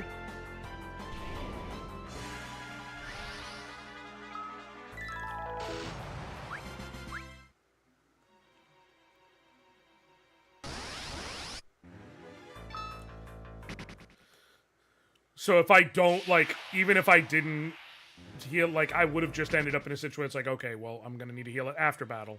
So, but you see, I could do the frog punch if I so chose. What sucks is that frogs are the best enemies to fight in here, but they have the chance to inflict Toad, which I have a limited number of Maiden's Kisses. Please keep missing.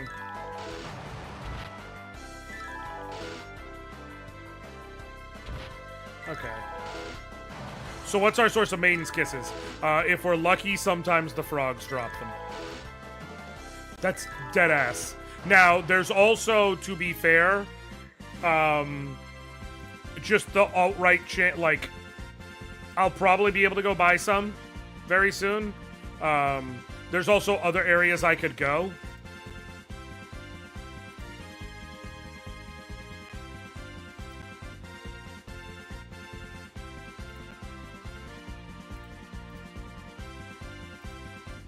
Where I wouldn't run into frogs, but like,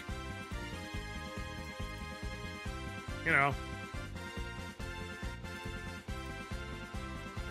Soon Edward will be maidenless. See? I got another Maiden's Kiss there, which is good. I'm starting to run low. Let's use a potion. This is why I didn't want to use the Pixel Remaster version. So the Pixel Remaster version, I did find a save editor that will allow me to change my party and pull in other characters that are not the ones who are supposed to be in the party. But because of how it's programmed, I wouldn't be able to put in Edward into the party until he joins it naturally, which won't happen until the other side of the Octomammoth.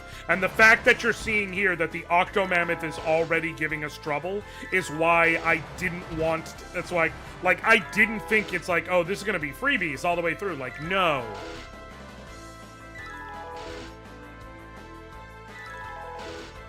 So now I get to, like, experience a hard boss battle already. So here's the thing also on equipment. These are, you have right hand and left hand, which Edward doesn't have any shields he can equip. So either he'll have his harp in his right hand, or arrows in his right hand, and a bow in his left hand. And then a head slot, a body slot, and an arms slot. The only legitimate, like, long-term status reduction piece of gear he'll be able to get is in the end game. For his head slot, he can get a ribbon.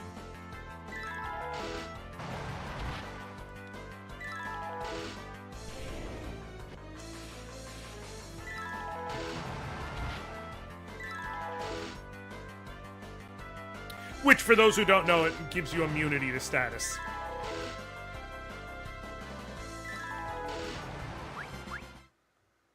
He'll have some individual pieces he can pick up here and there that'll be like, oh, the gold hairpin, it prevents silence. But, like,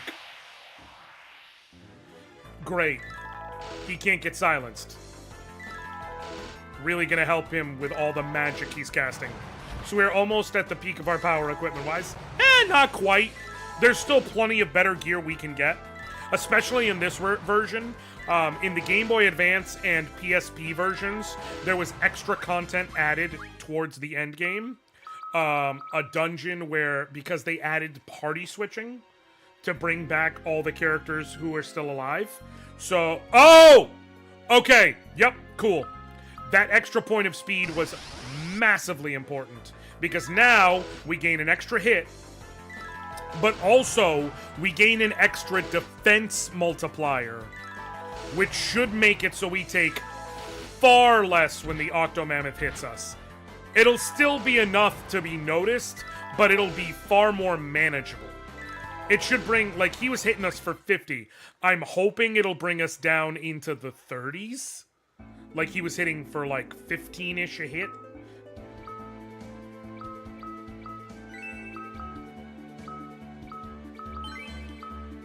It'll also make it so hopefully it's exactly enough for us to not get double turned. But yeah, they added a whole dungeon. Like, he has several pieces of gear he'll be able to equip just because they're the right equipment classification. But he actually has unique gear that was made just for him that we'll be able to get towards the end game, as well as some powerful pieces of generic gear that he'll be able to equip. So the ribbon will so he gets, in the end game, the red cap and red jacket. I will probably end up replacing the red cap with the ribbon, but the red jacket may very well end up being his best possible gear going into the end game. The one exception might be, if I end up finding that Zeromus is just too big of a bitch, and I need to go and hunt down the adamant armor. I don't think I will. I think I will be able to muscle through that fight with proper preparation and items and patience without needing to resort to that, but the option is there, at least. Okay, let's get started. Attempt 2. Alright. We're gonna go into auto. Okay, 21. If you stay around that 40. Still plenty, but... damn, he can still double turn us. We're in trouble. We are in trouble. I don't want to use the hourglass yet if I can avoid it. I could move myself to the back row, but that's really just trading problems. Okay. Okay, come on. Does his attack go down as he loses tentacles? Oh, please tell me that's how it works. That would be lovely.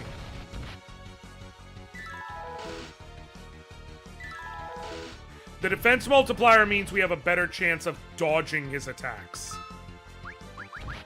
Which is huge because we don't have great defense. But if we can dodge them...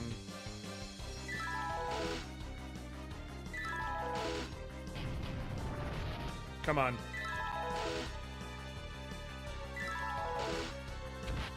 Come on. Come on. Come on. Come on. Oh my god. He's not even hitting anymore. So his stats do have to go down as we're taking out tentacles. He's moving slower and slower.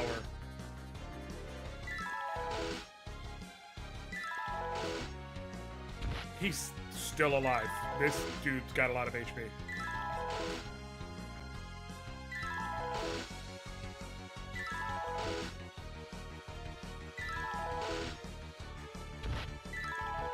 Come on. Come on.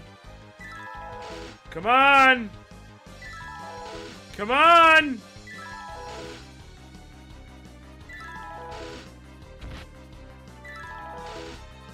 I'm gonna keep going. I'm gonna keep No! Hey! Hell yeah. Come now, Damkin is beyond this waterfall. Okay. I just realized we might have an issue.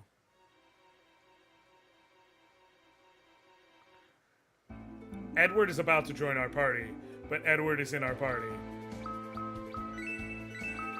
Are we about to have 2 Edwards in our party? Is the game gonna do a proper checksum for Edward? I'm gonna remove that rod.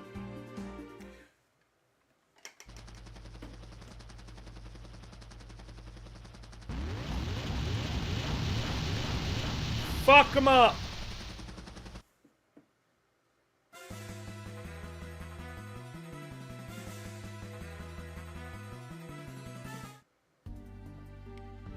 Before I go up there, actually.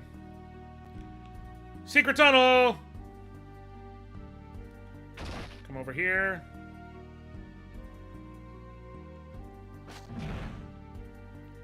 Come here. We can get feathered cap. Crossbow. I do have to see how the crossbow looks in terms of accuracy.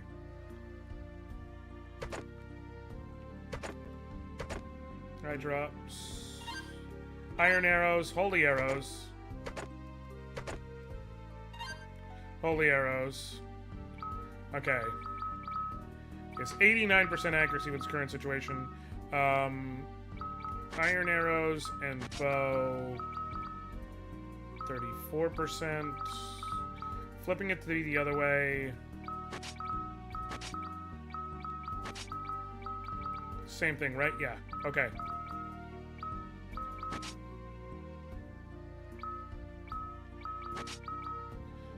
Crossbow raises that to 39%. Still not very accurate, unfortunately. It's gonna be a little bit before he has like a genuinely reliable bow, unfortunately. But I can use the holy arrows soon for sure. Actually, out of curiosity, crossbow and holy arrows, how accurate? Still 39%. Determined by the bow, I guess. Wait, I need to give him back his damn harp. I think we're about to end up with 2 Edwards, which means we'll have to kill an Edward.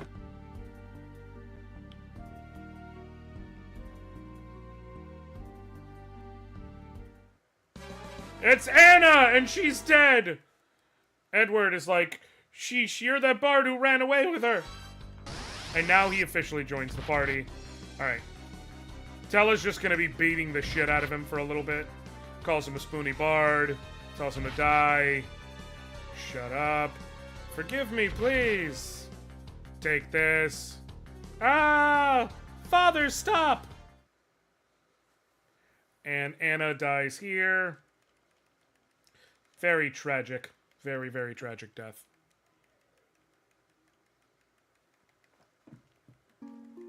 Basically, when the bombs started coming down, she actually shielded Edward.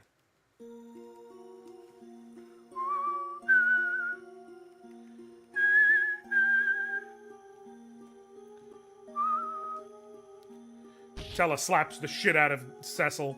Says, I'm gonna go kill Golbez. Fuck all y'all.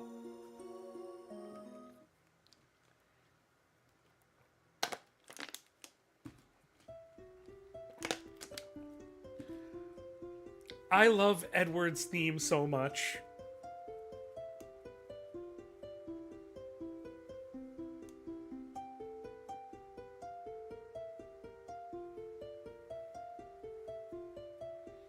And then Rydia comes up to him. Stop crying! Bam! You're grown up. You're not supposed to cry. I lost my mom, but I'm not gonna cry. He's like, I don't care. Leave me alone. I'm staying with Anna. I'm never leaving her side. And Rydia was like, oh, and Cecil, wake up, bitch. You're a prince. Slaps the mess out of him. And knocks some sense into him, though, because he needed it. He was literally just going to give up. Prince Edward has joined the party. I wonder what the game's going to do pretty soon here. So we got to see if he just continues to be in the existing party slot or if they add him to the party.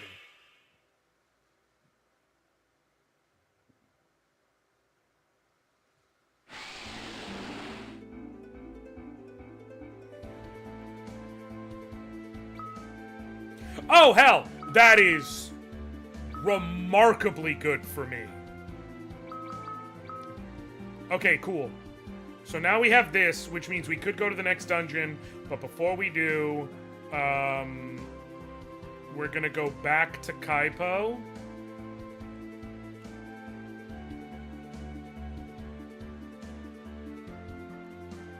Gonna sell what we don't need.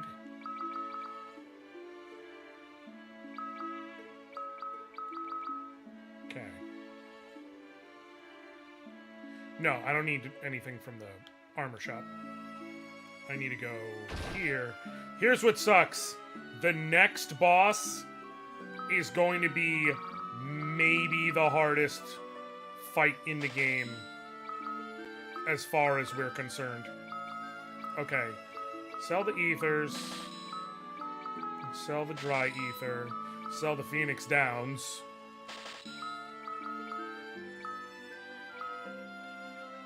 I might as well sell the gold needle. Like, if Edward gets petrified, that's game. I want status heals for anything that he can survive. Sell the staff. Sell the dark sword. Sell the original bow. Sell all the Hades gear, the leather clothing, and that extra iron armlet. Sell both the feathered caps. I am going to hold on to the ruby ring in case I end up in a fight where it's better off for me to have slightly better magic defense. Okay, I've still got 6,300 gil. Let me go ahead and... Maiden's Kiss, let's get... No, that's too much. That's unnecessary. Let's get, but, because don't think I'll be grinding on toads in the next area. Let's get about 25 of those. Is this the PSP version of FF4? It is, Artemis! So, I explained towards the beginning of stream for the Edward-only challenge I'm doing. Basically, there is no perfect version of FF4 to go with for the purposes of this challenge. And so it was a situation where I was like, you know what? I think this one is going to be the best for what it is I'm setting out to do. Because the original GBA, or the first American GBA release, not the first American, the only American GBA release of FF4, the Final Fantasy IV Advance version, the long-range trait in weapons is bugged, so no weapon has long-range capabilities. Even if you're in the back row, you get halved accuracy. The PAL version corrected that issue, which is helpful. The PAL version corrected that issue, and I did get my hands on a copy of it to be able to do this. The problem is that while it corrected the issue, I can't or it corrected the issue specifically for bows, not for, no, it corrected it for harps, not for bows. Which, it would have been like, okay, I would have just had to use harps as Edward, that's fine. But I cannot, for the life of me, find a single code for the PAL version that would have allowed me to swap Edward in to the party. So obviously it's a non-starter for a challenge like this. So then there would be the Pixel Remaster version, which just recently came out. The problem there... Oh.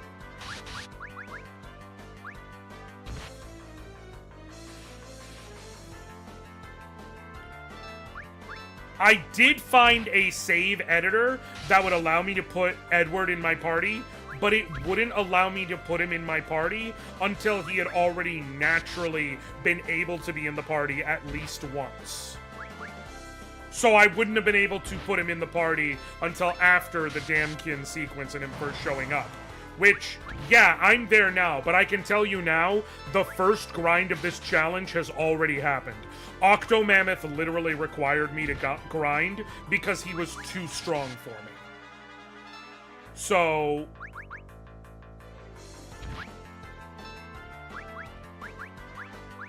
So I'm glad that I decided on the PSP version where I did happen to find a code to be able to swap him in early, and I'm able to do all that. The one problem is harps are still bugged to not be considered. Well, they're not bugged. They're not considered long range for whatever reason.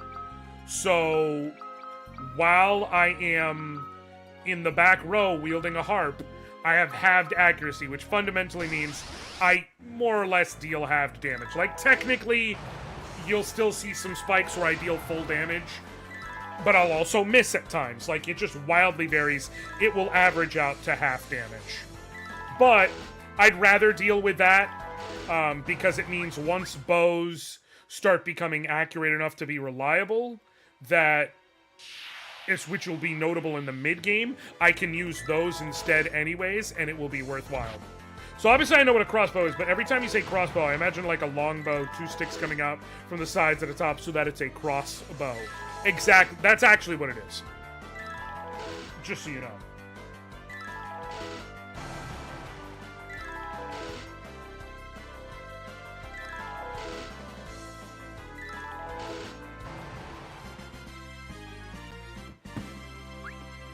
That's a crossed bow. No, you're thinking a crossbow is just a bow that is very mad at you. It is a crossbow.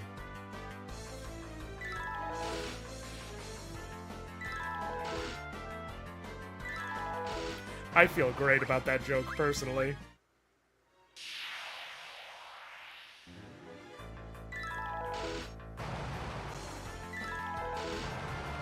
So, I'm gonna tell y'all now. I said it a second ago, but I mean it. The battle with the antlion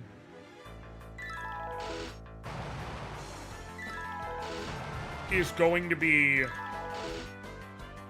the hardest boss for a bit.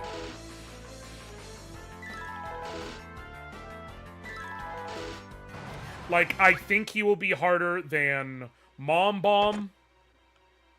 I think he will be harder than... Mom Bomb, I don't know. We'll see. Mom Bomb might be just a... We'll see. It depends on how fast the basic bombs are that Mom Bomb spits out. But as long as they're not too fast, I think it'll be harder than Mom Bomb. I know it'll be harder than Scarmillion's true form. And if I can get enough bomb fragments and shit, probably harder than Scarmillione's first form.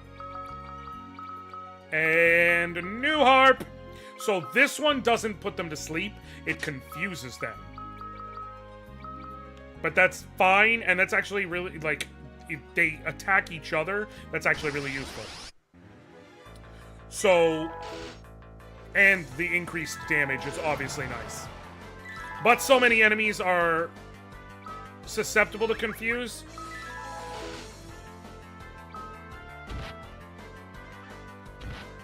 Damn.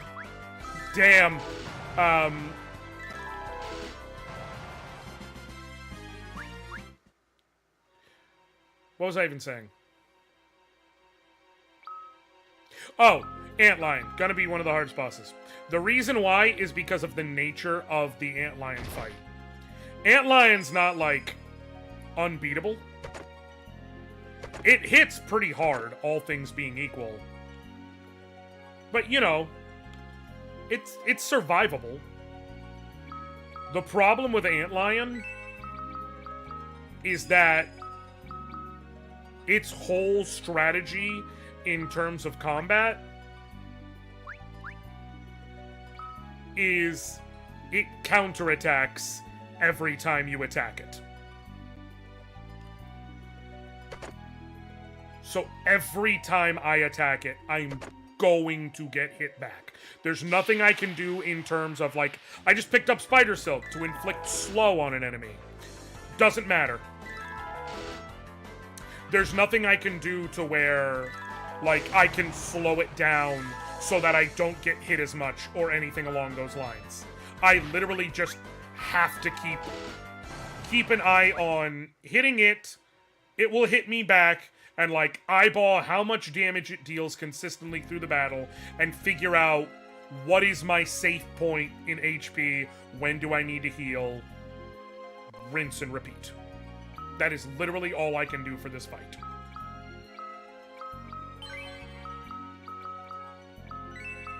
Okay.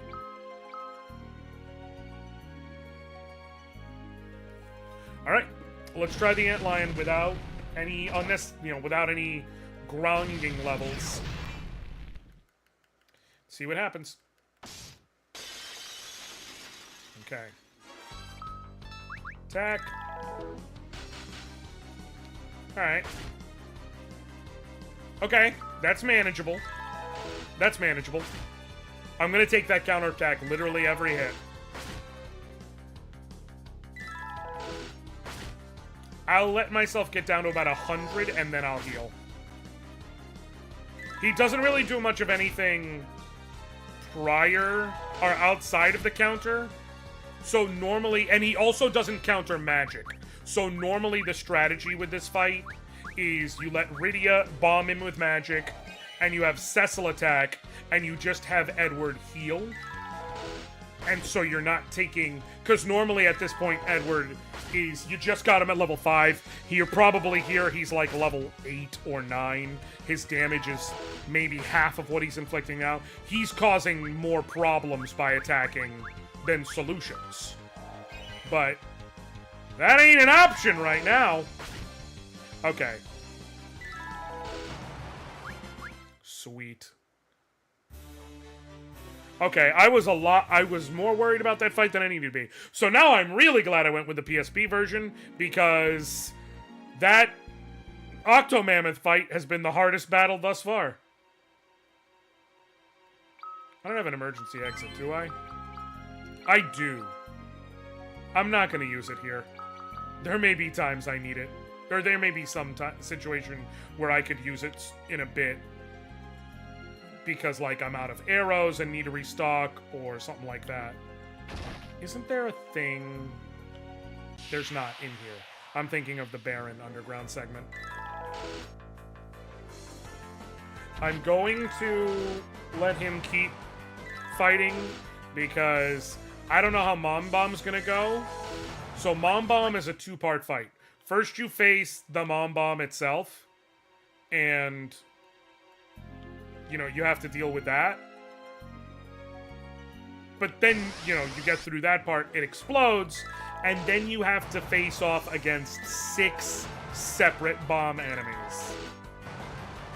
It depends on how fast those bomb enemies are. If they're a manageable speed, to where they're not just, you know, boom, boom, boom, boom, boom, boom, regardless of how strong the attacks are, then we're fine. Everything's gonna be gravy. If they're quick, that's gonna be a time.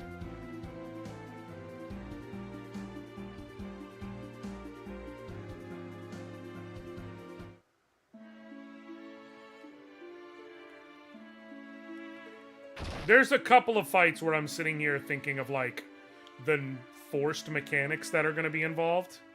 And I'm, you know, I'm curious what I'm gonna do. I'm not gonna have lightning magic reliably available to me for a Cagnazzo. I'm not gonna have jump available to me for Barbarisha. So those fights, I need to see what happens. Alright. Now it's time for Edward's battle. This is the first point where Edward finds his strength.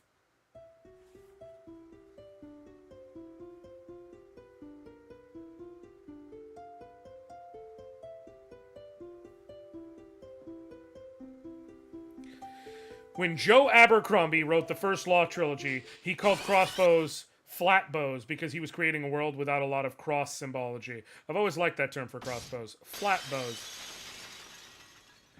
The funny thing about crossbows is people don't actually know. Edward! Anna! You must fight, Edward! I am. This thing should be dead. But it's just not. Because it can't die until you go away. You find Anna's spirit, and it goes off to the other world. and leaves him behind, and he has to learn to find his strength inside himself. The strength she always believed was there.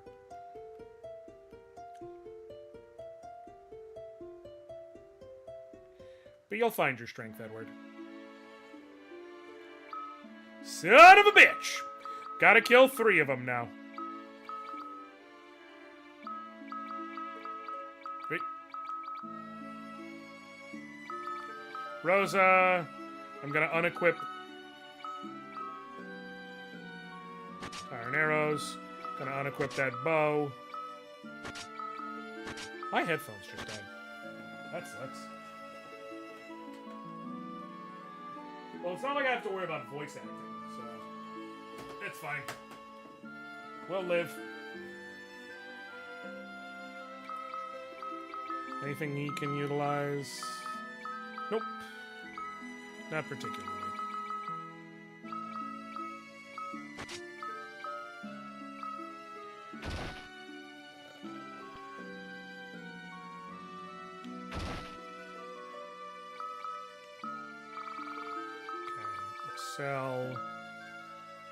I'll leave the iron arrows, that's fine. I'm gonna leave the dream harp. It may have a point of benefit for me.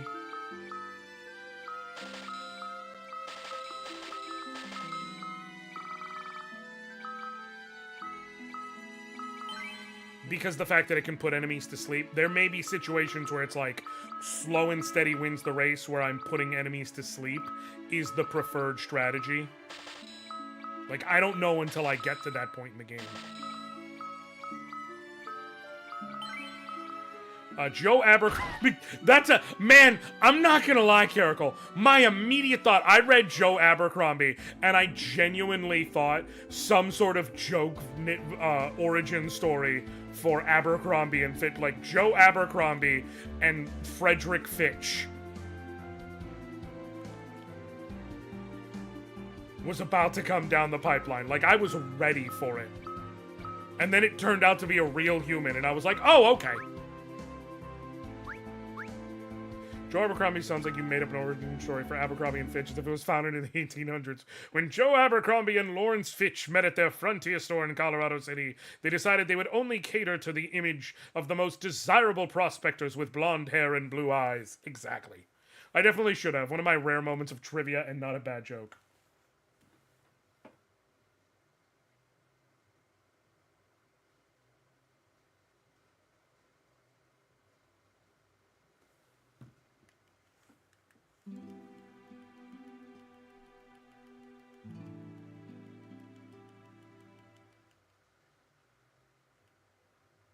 Fire!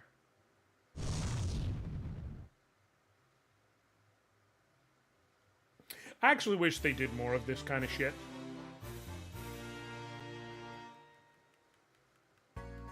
Rydia's learned fire. And with that, Rydia has learned the only non-chocobo spell she's gonna learn.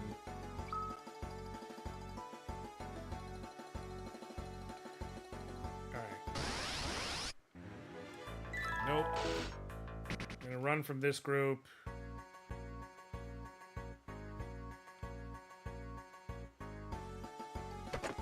Got a tent, a potion, gold needle, 960 gil.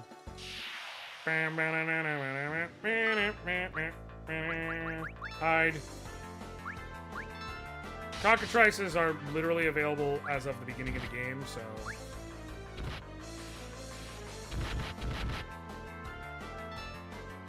they're not exactly a strong enemy. Oh, they got a little bit more strength than I anticipated.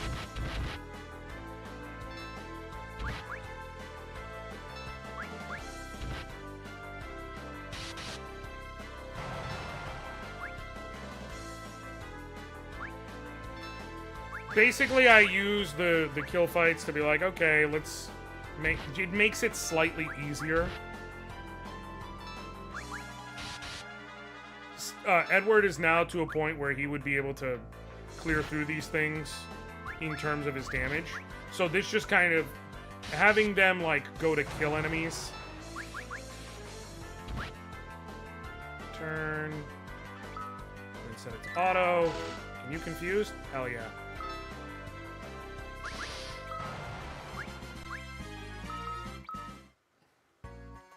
Alright. Save. Wait, no. No. I gotta flip the rows. So he's in front. At least for now. I may have to change that for the Mom Bomb fight. We'll see.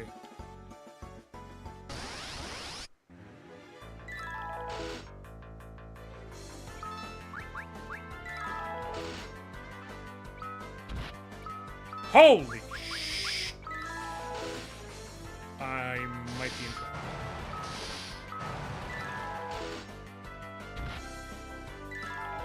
I might be in deep trouble.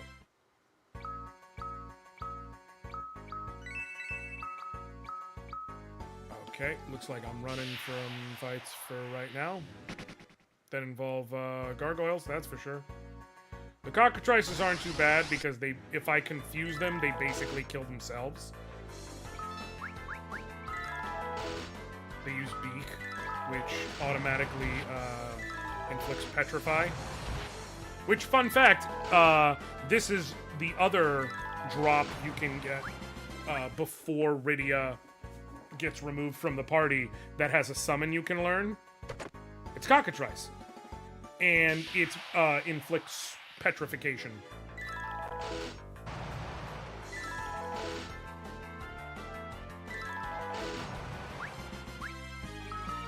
Potion. I'm gonna potion up because there's enemies right around the corner. But what I wanted to see is...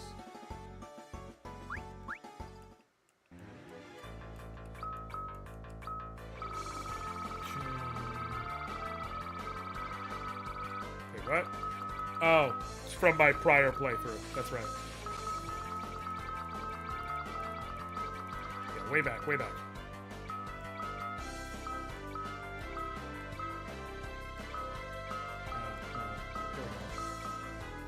Cursed way. That's right.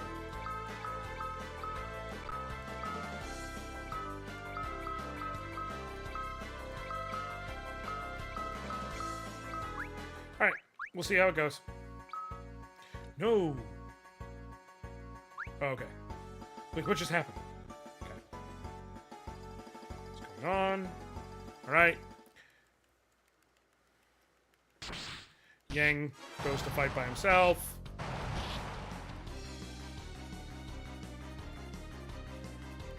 We have to use this first fight.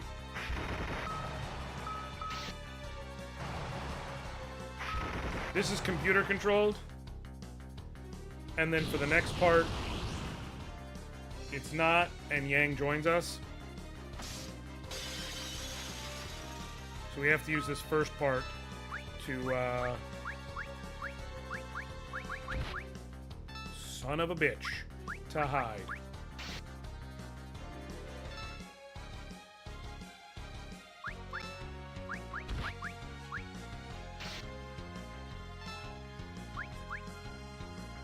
I might be in trouble. Mom Bomb hits that hard.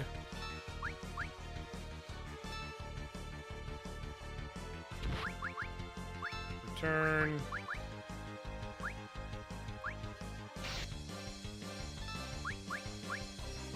Potion up.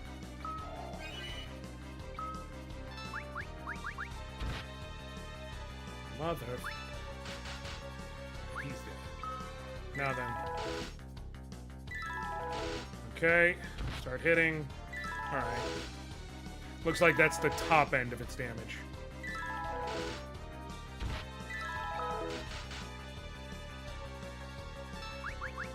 And I multi-turn it, so I have the capability of healing and still pressing the offensive.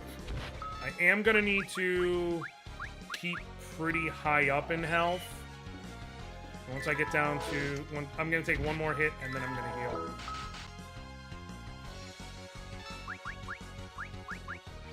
Try that again. I'm going to take one more... Oh, wow. The damage variant, or the healing variance on potions is annoying. Going... I need to be up in higher amounts of health when Mom Bomb explodes and releases all the babies. The last thing I need is to be low on health, and here comes 6 separate enemy attacks. Potion. And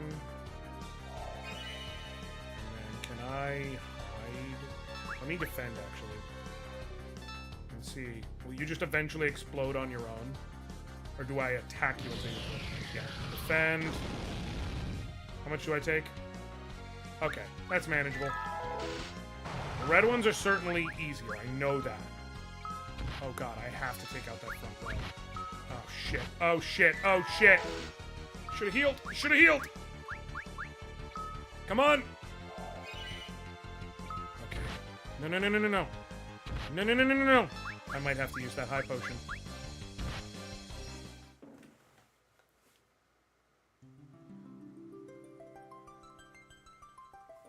I can do this. I can do this. It's just, unfortunately... 2 deaths. I can do this, but the problem is that I just assumed if I took down the red one, would be fine. I'm gonna have to... Really, the smart move will be... Take down the red one and then immediately focus down one of the blue ones.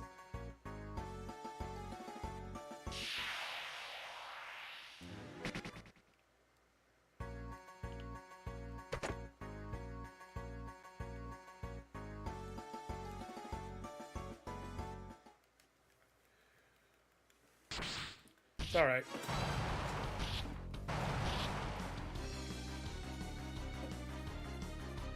I need to turn off auto before Yang's fight is done also. So that Edward can immediately hide this time.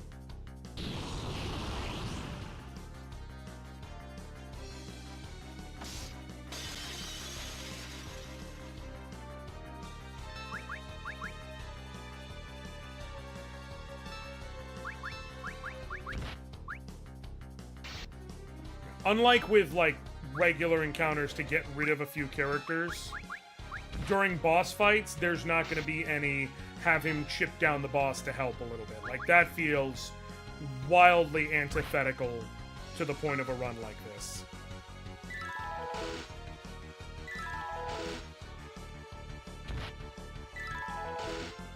It's just going to be a matter of I have to make sure that if there's a boss fight where a character gets introduced to the party and they join up, Edward's got to hide until that character is dead, and then we continue from there. Fine. So, for instance, the Golbez and Shadow Dragon fight that takes place at the very beginning of the Underworld segment. Riddy is going to show up, and I'm just going to have to make sure that Edward immediately hides.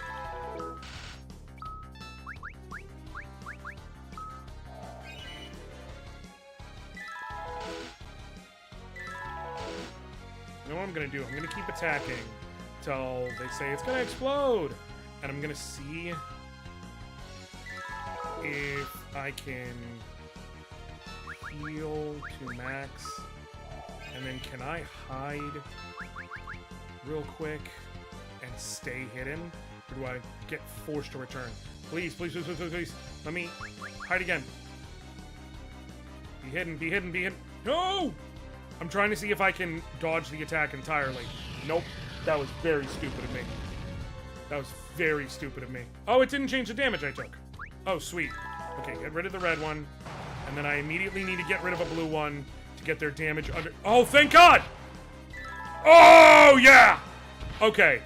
Okay, we are so fine. Them being confusable. Woo! That was clutch. That was completely clutch. Okay.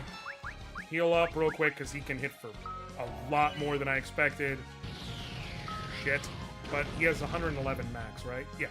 Even taking a max hit, we're fine. Woo! And Yang joins the party. Hey, we have a full party of 5 now. Too bad 4 of them gotta stay down.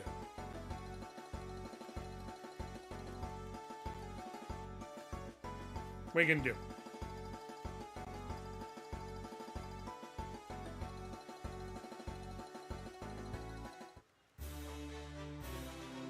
Oh, shit. I just realized there's gonna be some fights I gotta do with Cecil and Yang where Edward can't take part. What up, Coleslaw? Remove the flame claw, remove the leather clothing. I suppose I can keep the flame claw on for now. It doesn't really change anything. No, it's just elemental. It doesn't actually change the damage. Yeah. Perfect. Alright. That is 4 bosses down. Which is great. I was just trying to get through Antlion this stream, so the fact I got through Mom Bomb confirmed is really nice. I am officially hitting the point where enemies are hitting way harder. I hope high potions are available in Fabul, but I can't remember. And if they are not, we may be in trouble. It's got Wicked Hole. I'm hoping it finally cools off here very soon. They ever make a video game for G Gundam? I think that would be the perfect Gundam show to make a video game out of. A fighting game out of. So I know they had Gundam Battle Assault, which had, like, a mix of Gundams in it. But I believe that it was primarily focused on Gundam Wing. Don't quote me, but I believe it was primarily... Gundam Battle Assault 2 for the PS1, I believe, was primarily focused on... Well, no, because it had... Going back to, what's his face? You know what I mean. The disaster lesbian main character of the first game. Of the first Gundam series, I should say. He's a disaster lesbian. Just...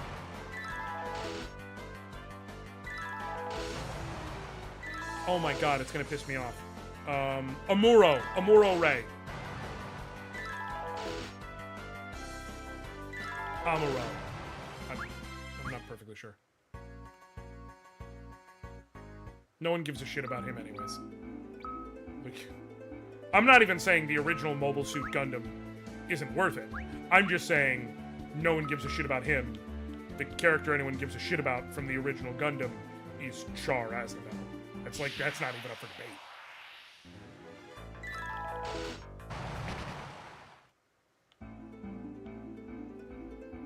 Dopest dope you ever smoked.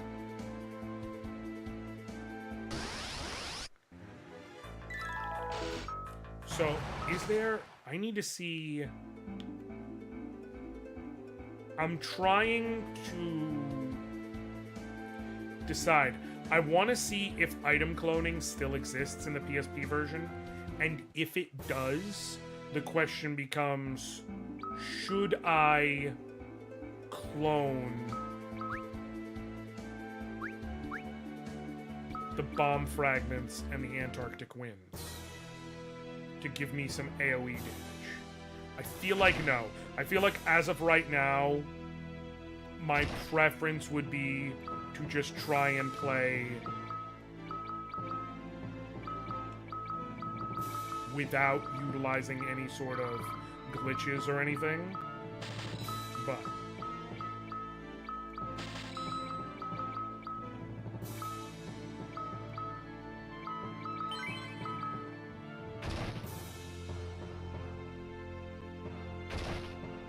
you got high potions?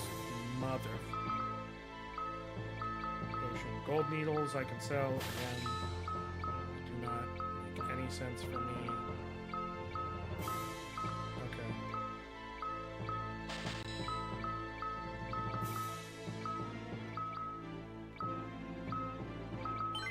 It's been a 2-sweater day here in Massachusetts. I am jelly. I'm not even gonna lie. Like, I know that cold is not anyone's favorite thing usually, but I would much prefer the cold to the heat. Because here's the thing. I gotta be real with y'all. Cold weather is when you get to put on the most outfits where you look and you go, he got that shit on right now. Okay? That's the thing about cold weather.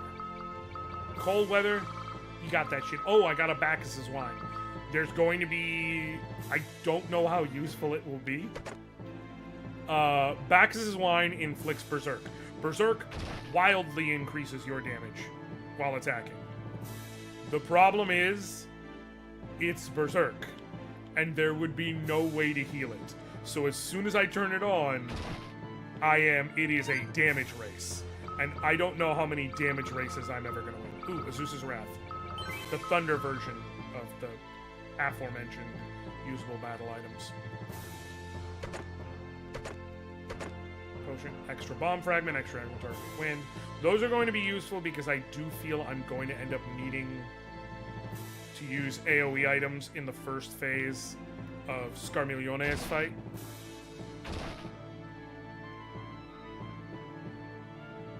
There is a G Gundam fighting him for play. There is. Okay, cool. Yeah, like I said, it's just a matter of sometimes, like, the most he got that shit on outfits are outfits you wear in the cold. I cannot wait to wear my new jacket and the matching pants that go with it. I just can't wait. I'm gonna wear that shit all the time.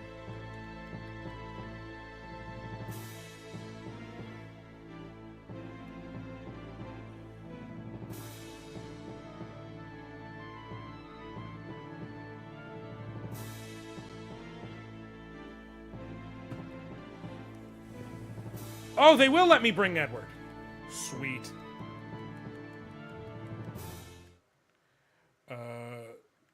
What's it look like? I put it on stream the other day.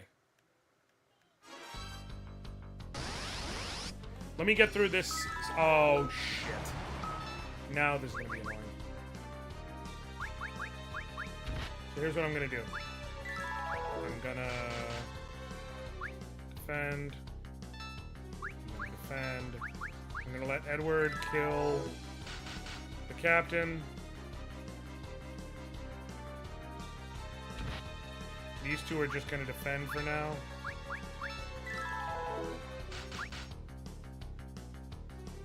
Oh, they're going to attack themselves.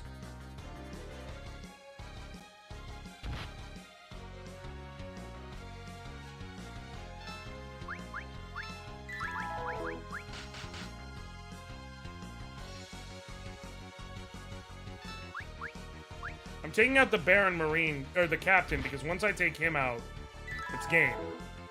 Can't really do anything.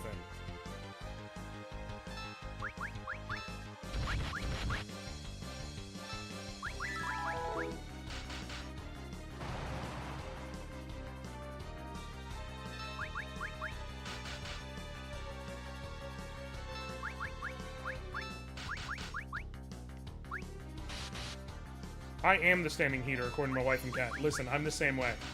I'm always hot. That's why I prefer the cold. Okay, boom. Now the enemies push us back. I'm glad. I forgot. In my head, Edward didn't take part in this sequence, and I was really worried. I was like, damn, I'm going to have to fight this sequence with base level Cecil and Yang. And I was really worried. But all works. All's well that ends well.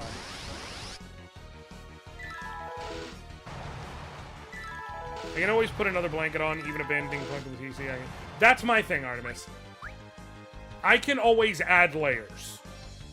It may not be comfortable, but I can always add layers. There does, however, come a point where, for legal reasons or just the fact that it's fucking skin, I can no longer remove layers. Like, once it gets to a certain level of heat, there's just nothing you can do. You're just hot.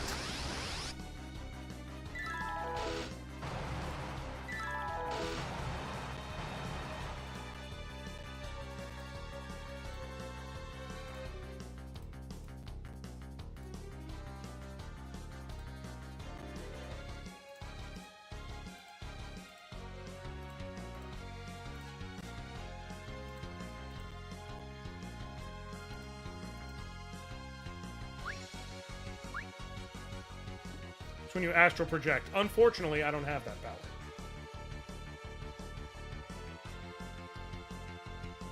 Reject heat. Become skeleton. Exactly. He's one of them! Yeah, they had a spy. They don't really, like, address it. It's just like, oh, they had a spy. Wait, let him attack himself, and then I attack again. See, Twister, it's funny he casts Twister on himself. So, here's the funniest part. Certain enemies have, because of their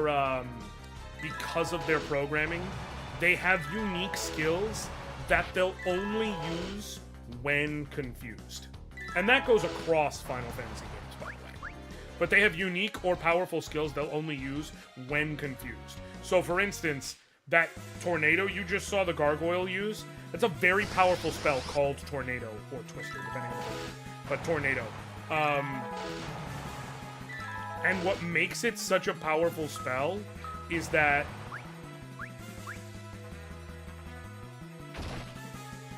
it doesn't deal damage. Rather, if it succeeds,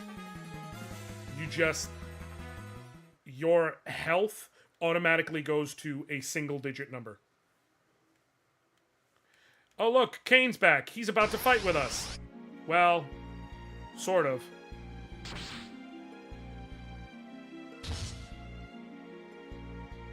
Yeah, the first few jumps are like actual proper mechanical jumps. And then he does that. Or the first jump, I should say.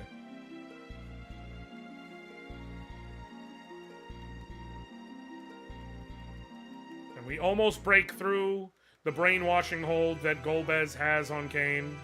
And for the first time, we see Golbez, the Dark Warlock.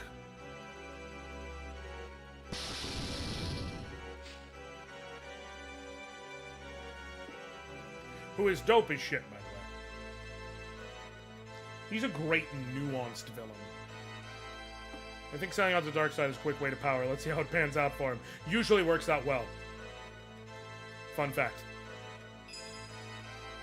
It kind of... So here's the thing. It does work out well for Kane, ultimately, because it gives him a major story arc on a whole ass different game.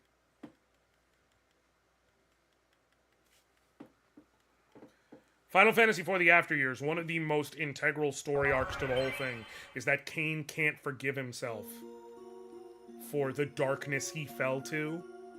And so you end up running it, like, he tries to go to Mt Ordeals like Cecil did, but where Cecil had to fight the Dark Knight spirit within him, and won, Kane initially didn't. So, his dark spirit is just fucking running around out there. And so you end up having to take it out. And when you do, Kane finally achieves actualization, and he becomes a holy Drigger, which is very cool, if we can be honest. The Demon Shield is useless. The Ether is useless. The extra Hermes sandals, however, are not.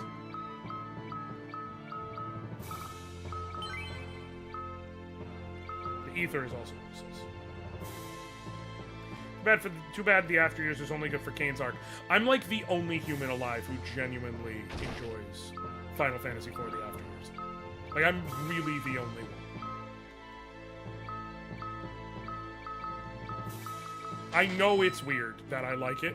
Normally I have taste, but I do. Now, is part of why I like it the fact that I like Final Fantasy IV? I have a very specific soft spot for it in my heart, and, you know, it brings me great joy. So I'm maybe overlook the flaws because it's more time with some characters I love. Yes. Absolutely. I appreciate that Kane's darkness is defeated with the help of his friend's legacy. Yes! He finds actualization becoming a teacher and accepting the fruit of the romance that he was at. Exactly. Like, there's some great storytelling there. Just, you know. Also, there's a lot of storytelling that's just a repeat of the existing storytelling. Oh, that's right. I gotta go to the inn first.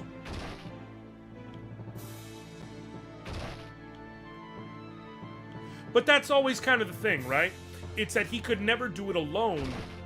His whole problem is that he needed to learn to accept the help of others instead of thinking he could overcome.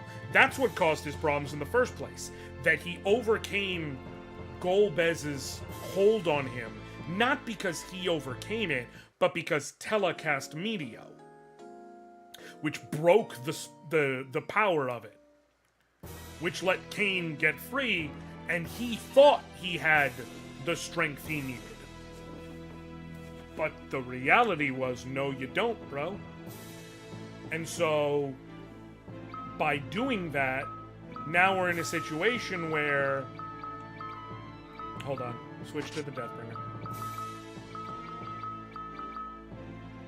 And so, because of that fact, he was able to then be defeated again. By the same exact process. I'm a Chain of Memories fan. Wait, what the fuck are you talking about? Chain of Memories is a good game. Who the fuck said Chain of Memories is a bad game? Who did? I just want to talk. And I mean that in both formats. It was fun on the GBA. It was fun on PlayStation. I'm sorry. I will push back. Now, is it the best Kingdom Hearts game? No.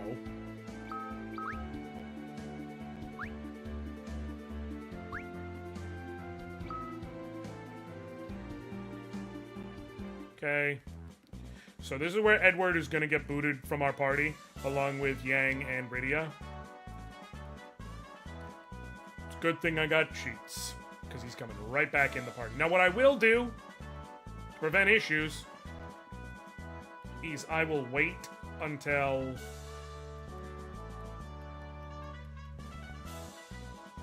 No, I won't. Yeah, I will. I will wait until I get Palom and Porum on the team. And then I'll add him to the party when I can be absolutely sure there's not going to be any sort of issues of overwriting a slot that I don't want to. We're going to need to start running into overriding the slots of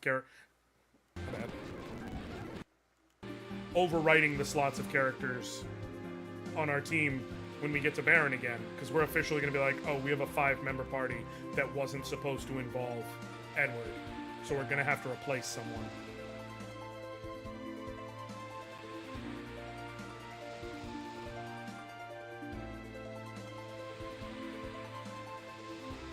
But I only really have to play around with that until I get to Barbarisha.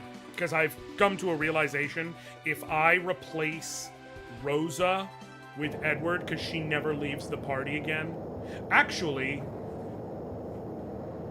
I can replace Rydia in the Underground. When we finally make it to the Underground, which will have...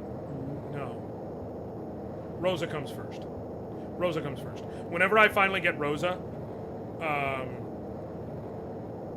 I can replace her with Edward. She never leaves the party again. So, he should stay in the party from that point moving forward. Chain of Memories is a fantastic GBA game, I agree. The PS2 remake is also great, if a flawed adaptation of the GBA's mechanics that work best because... Yeah, it was a little clunky in PlayStation format. I gotta pop out for my stuff. Thanks for all the recommendations. Have a great rest of the stream. I appreciate you, Hobgoblin. I hope you have a good night, bud. I will be back tomorrow if you want to watch more of this, when we start getting into, like, the real nitty-gritty. I do feel it worked better as a Game Boy Advance game than as a PlayStation game, because of also just the design of the GBA and the simplification of things. Like the L and R buttons right there and everything. I think it worked better in that format, but it was still good in PlayStation.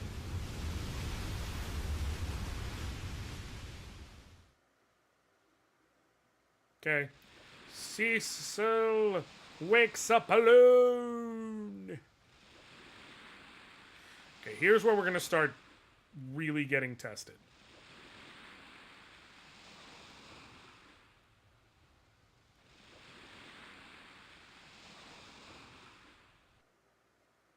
Okay, let's go to Mysidia. recruit the twins immediately.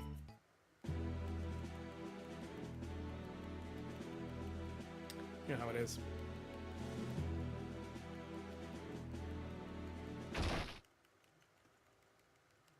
And then I can slide them out of party slot 1.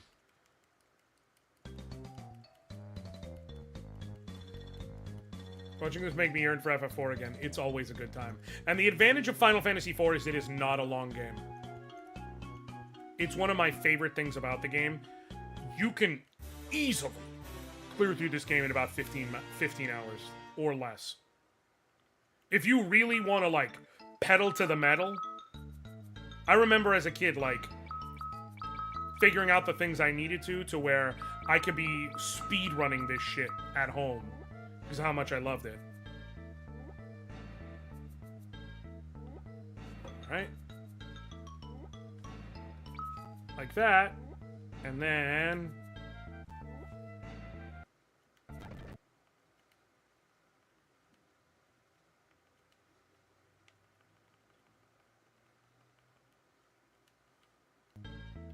Just kidding, he's back.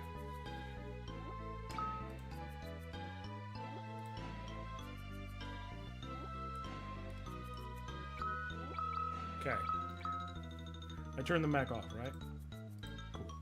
I don't want to create any double... If you leave the code on...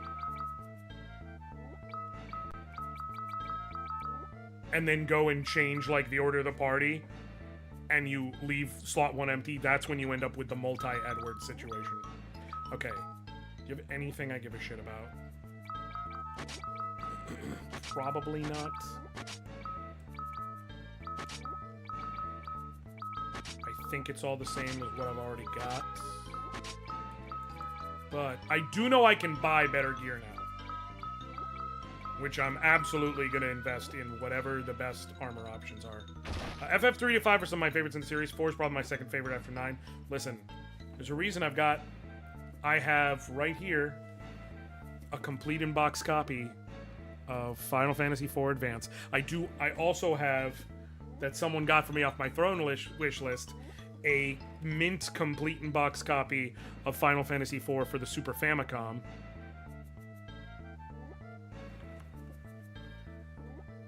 And at some point, I do want to get Final Fantasy II complete in box on the Super Nintendo, though that's going to be easily the most expensive of each of them.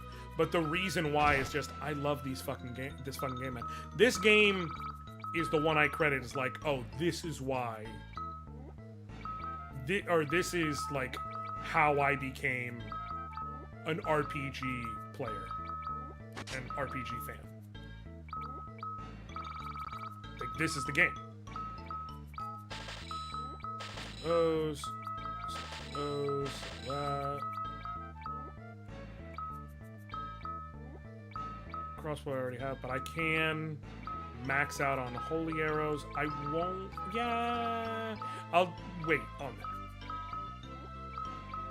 Oh shit! I forgot to grab the ice rod from Rydia.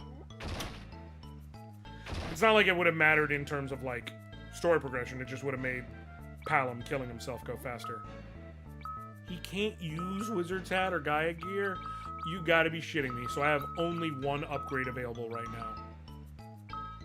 Oh, that's gonna be a problem.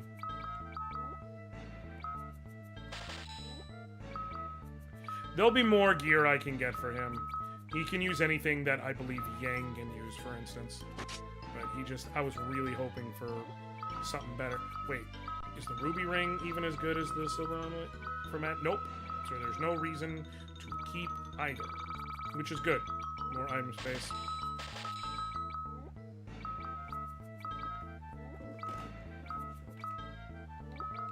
Alright, now I gotta go to the item shop. Do y'all carry high potions?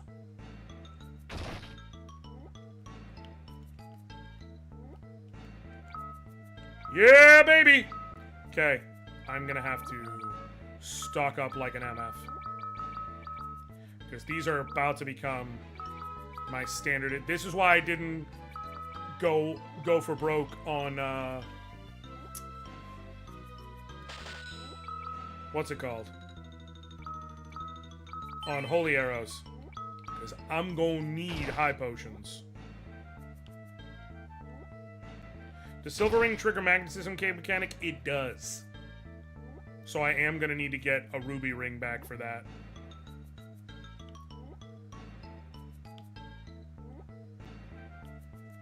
Because everyone has to be dead, so I can't just be like, oh, you know, keep him and have him hide while I'm running, whatever. No. Everybody has to be dead. So...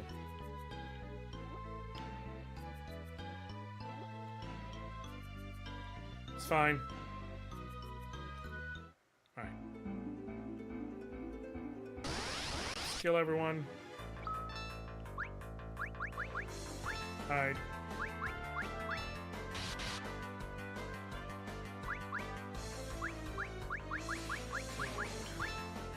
I just realized I should actually have Cecil attacking these two because they deal piss poor ass damage.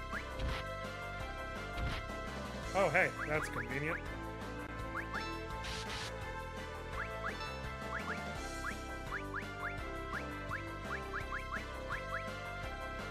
For those who didn't know, the rod can be used as a usable in-combat item. There we go. Perfect. Now he'll pop back. And now... can you confuse him? Sweet. So we're gonna play this the smart way. Swap rows, get to the front. Confuse, let him attack himself, and repeat. That's gonna be the smart way of doing it, because the Zook, as you can see, can hit like an MF.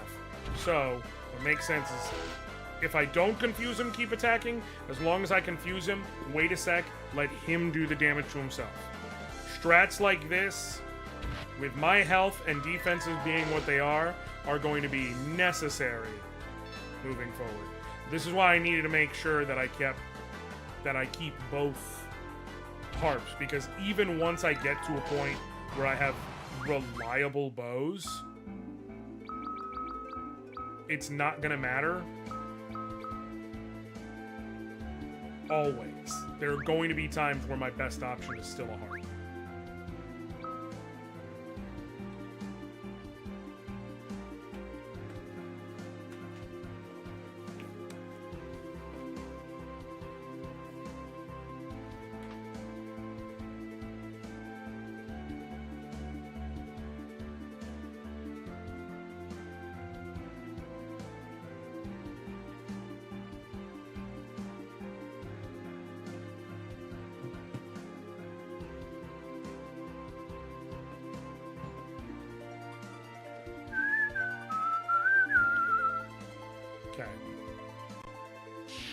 Just realized how briefly Yang is in the party in the beginning. I always remember his early well, to be fair, he joins very quickly.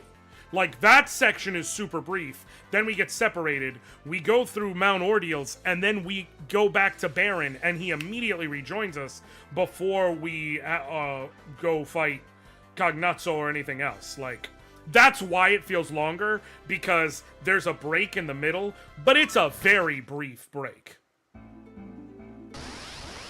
It's one overworld segment, one dungeon, mountain climb, but you feel me. And then he's back. Damn. This is why I needed to start carrying high potions. Now, for out of battle, I'm gonna still focus on using potions. He spends a decent chunk of the game with it. Yes, because we'll go through all of Baron. He'll be with us. He'll be with us through Troya. He'll be with us going up around. Basically, he doesn't leave until a chunk of the way into the underground. Anything that I don't need? No. I posted more foolishness in the meme section. God damn it, Caracal. Hold on. Hold on! Thank you.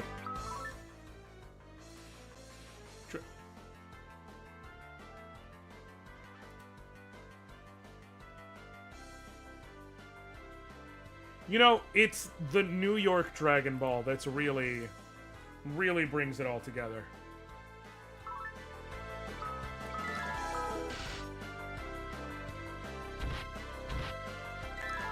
It's really what kind of wraps the whole thing up. I retain the single most disrespectful joke tweet I've ever seen in my entire life. Is someone tweeted out, dinner with Bow Wow or $4,800 in food stamps.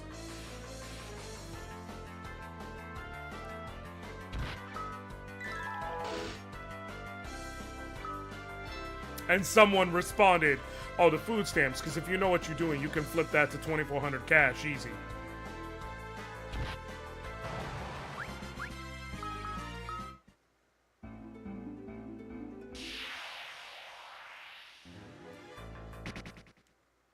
Actually, I should be fighting groups like that are ultimately very manageable.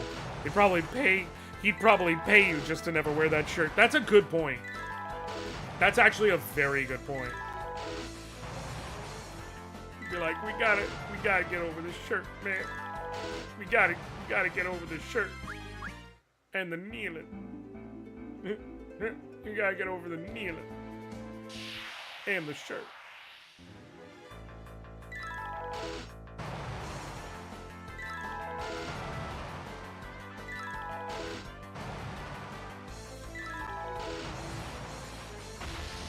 Damn it.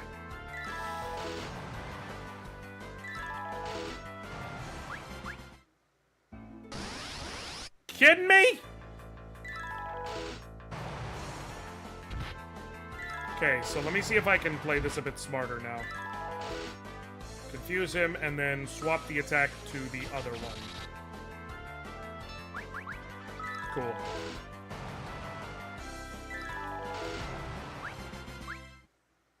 Took an extra second, but prevented me from taking an unnecessary hit. Remember we were in combined Sephi and Or stream and I gave the goated suggested Ray K sex tape for 500.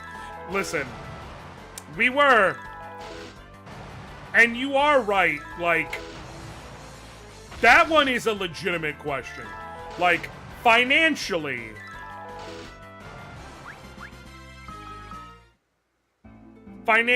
it is far more, it is going to be far more helpful to your cause. A Ray J sex tape statistically is going to have you set.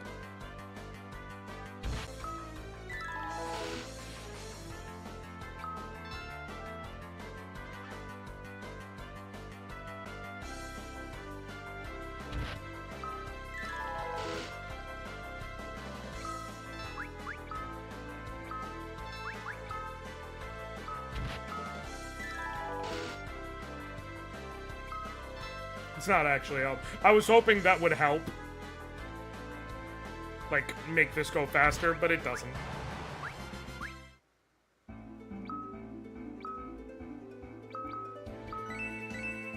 Yeah, potions are now how I'm going to heal out of combat, so that when I'm getting to boss fights, I have high potions available to me to much more quickly get myself caught up. Nope.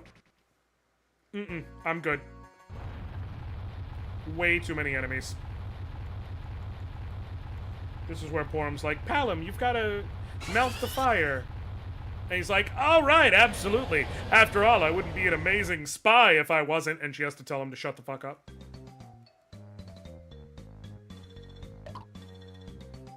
I love the twins. I really do.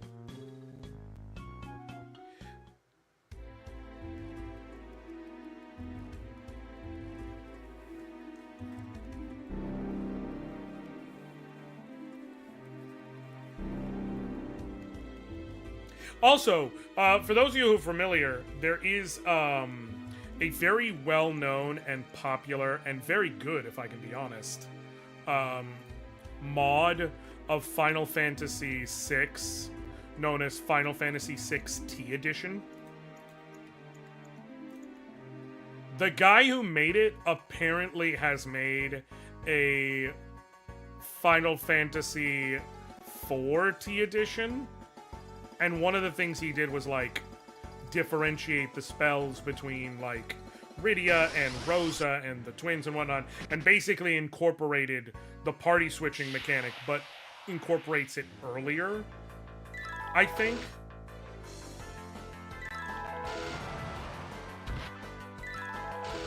Either way, I may have to check it out one of these days.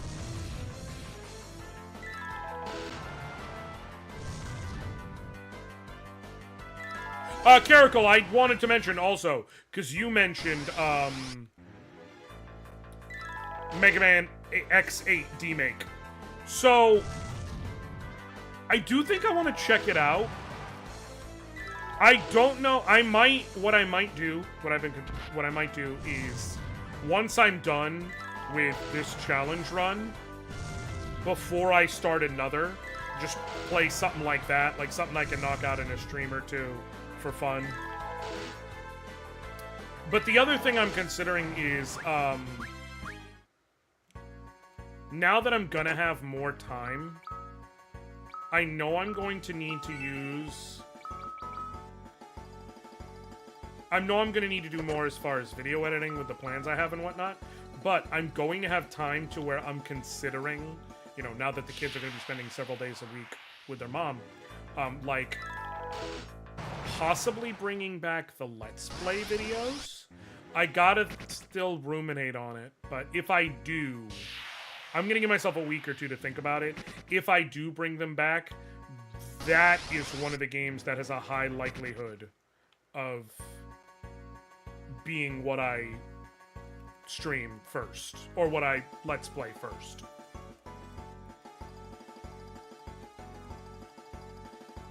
I don't know, I'm considering it. I know with some big game YouTubers, they'll have like separated regular, like they'll have a channel that'll be for their, you know, their normal shit, and then a channel that'll be for like Let's Plays, because, you know, their algorithm and whatnot. But I don't have the size to like get that cross-pollination that'll help it be. So to me, I don't know. I'm kicking it around.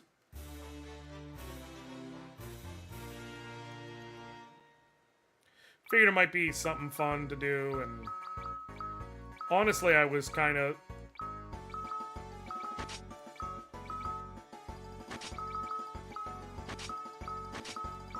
You can't use Gaia gear, right? I wish you could. It sucks that it's considered mage gear and not light armor, but...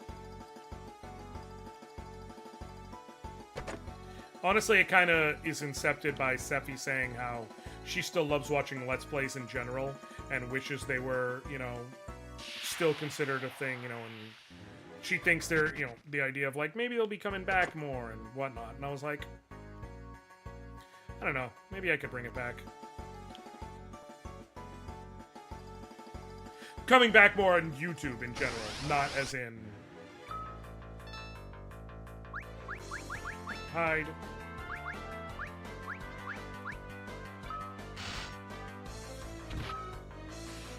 Well, this will go fast.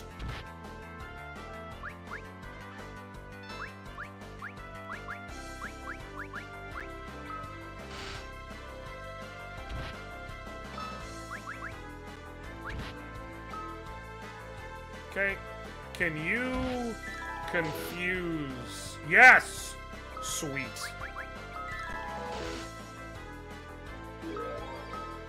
Wait, what?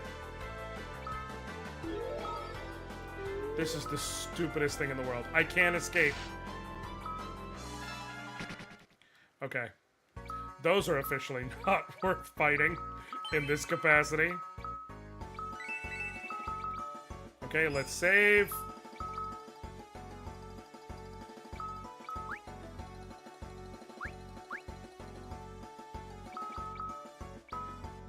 I think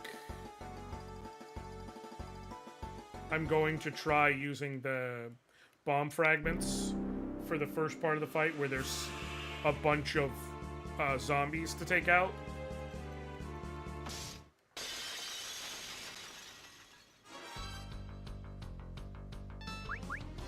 Because my attacks aren't going to do huge damage. This honestly won't do a ton of damage either, but it's the fact that it's... Oh, shit! That was worth it. So I'm just gonna attack then for the others, because I got them close to death. Oh yeah. Oh yeah. No, I am now officially glad I did not dupe those bomb fragments, because it's very clear that having a whole stack of those and unleashing them would be wildly powerful. Okay. Another counter fight. I can take... Let me try from here. What does the high potion heal? Each one. Okay, cool. Almost a full heal, even if I'm at low HP. Good to know.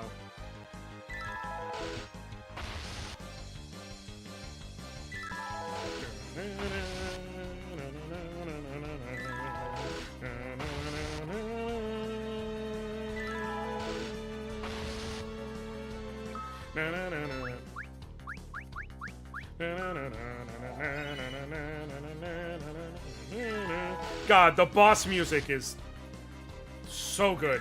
And yet, not even the best boss music in this game. We're about to hear that.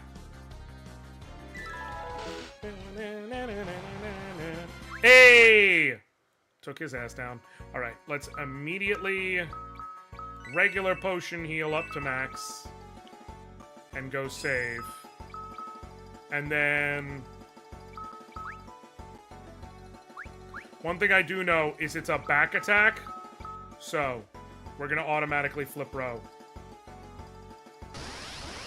Are you serious? That happened on the same tile? Good thing it didn't glitch the game. That's the type of shit that would absolutely have glitched the game in, like, the Super Nintendo days.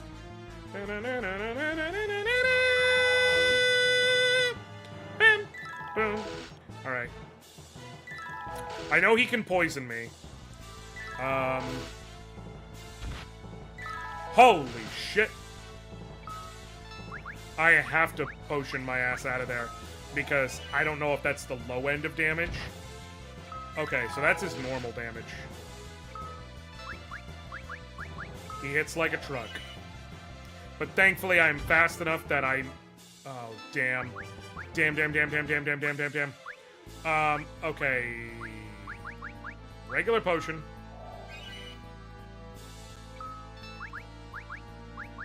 Antidote.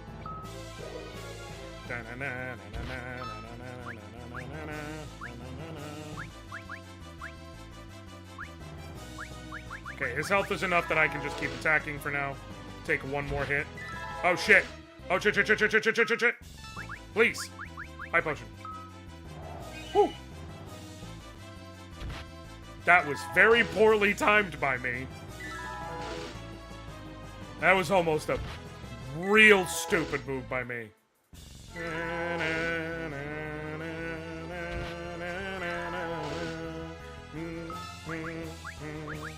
Regular potion.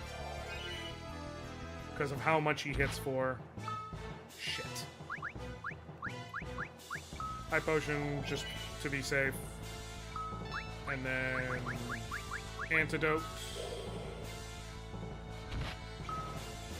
Poisoned again. Another antidote.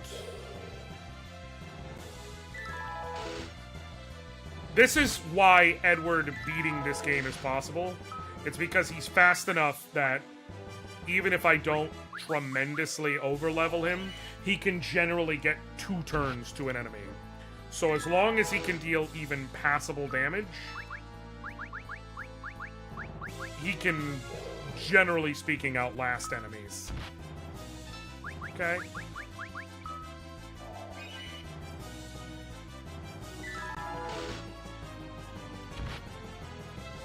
Damn it.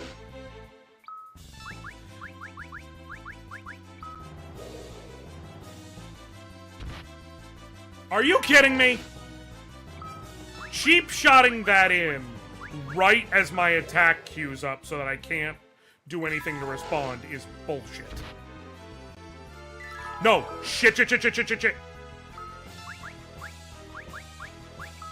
I don't care about being inefficient that I'm using high potions way sooner than I need to. I care way more about not having problems. I'm trying to get aggressive and kill him.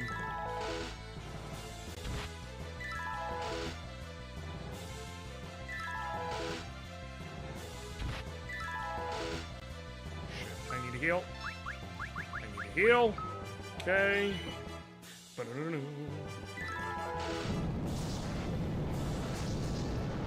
That motherfucker dead. Like, well, like, completely dead. Because, like, he was dead already, but now he's, like, technically he's dead for, like, the 3rd time.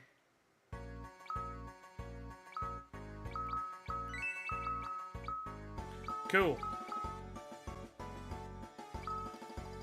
Alright. Now we gotta do, like I said, this is one of the only things in the game I literally can't do with Edward. But it's not really a fight, so it doesn't really count.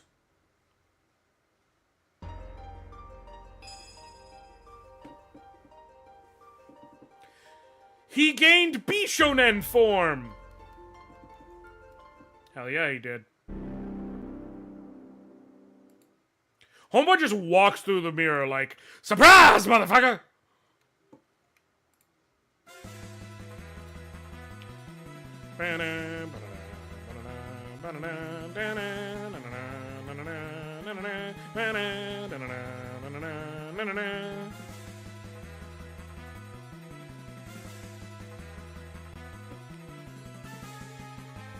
Okay.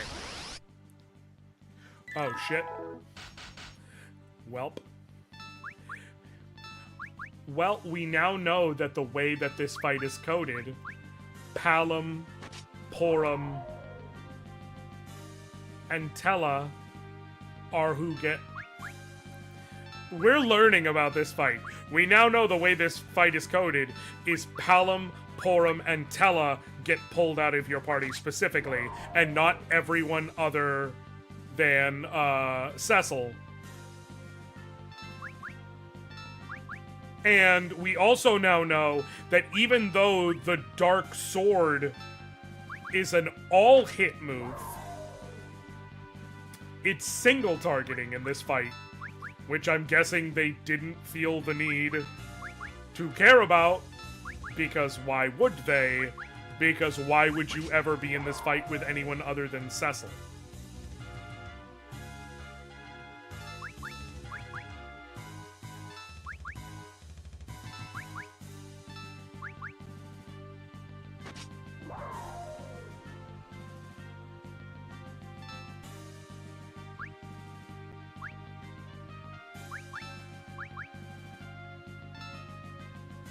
Are you finally gonna let me go? Yup, some fight for law. Some fight for justice. What will you fight for? One day, you will see. And then he dies. And now, Cecil is a paladin. Bum, bum, bum, ba, da, da, dum, bum, bum, bum, bum.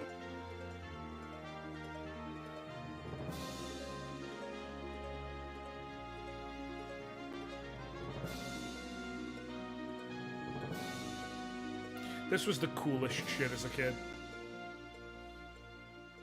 The Dark Knight becoming the Paladin was the coolest shit as a kid. Tella learned all his spells again. Remembered all his spells, whatever.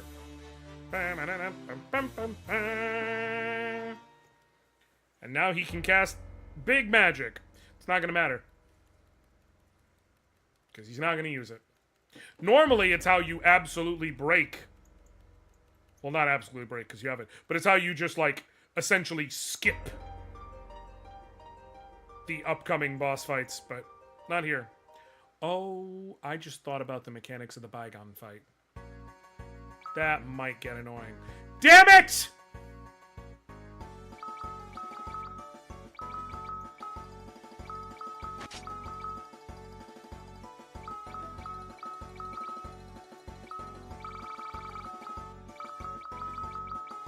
I also didn't take off the the Deathbringer to be able to sell.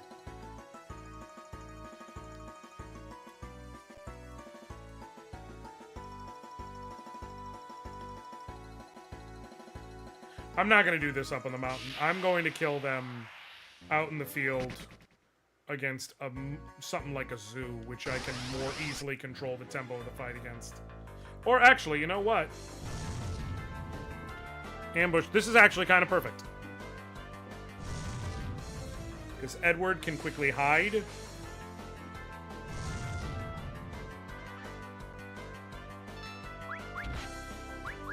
Hide.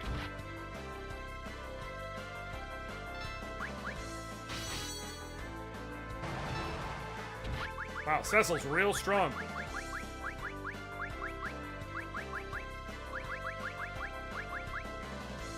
And now, Tella can do things like Bio!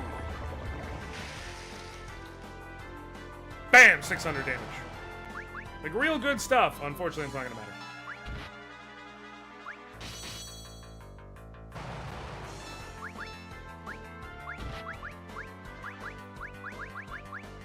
Thundara should be enough to kill him.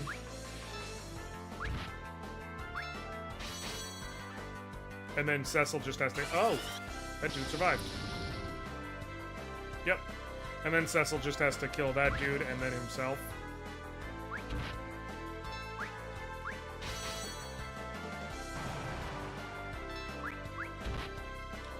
Cool.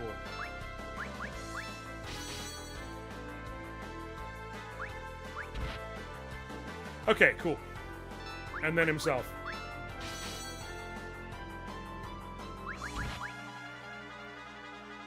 Sweet.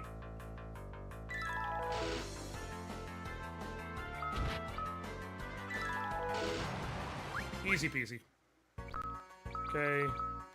Put him back in front. Alright. Got all the way through Mt Ordeals. So far, very manageable.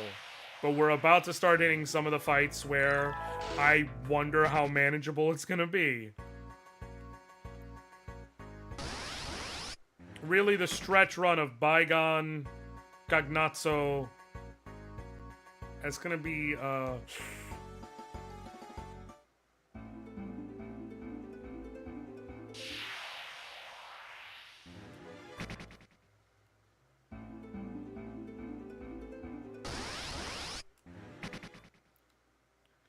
For Zoo, I should have fought it.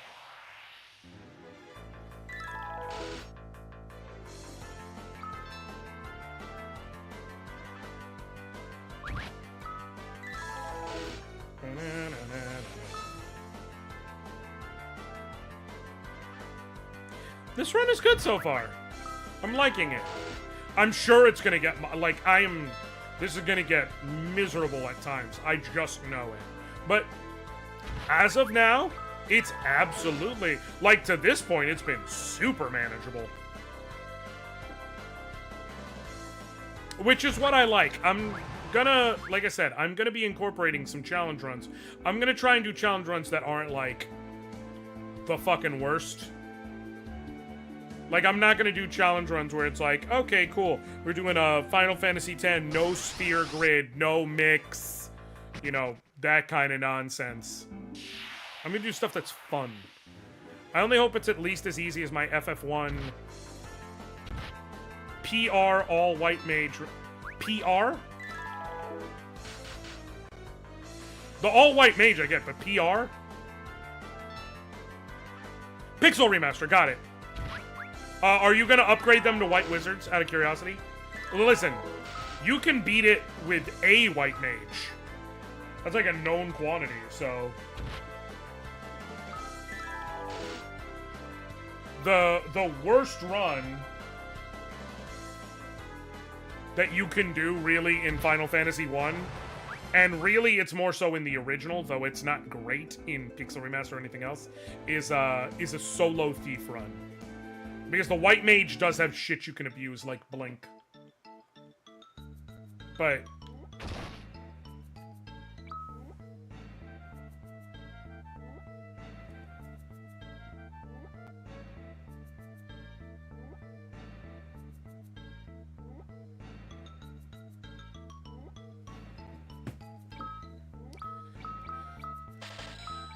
Okay, gold needle I can sell. I hope I don't regret using that bomb fragment like that. Sell the staff. Sell the Gaia gear, sell the iron armlet, sell the clothing. Cool. Alright. 15, like, max out on potions. Max out on high potions.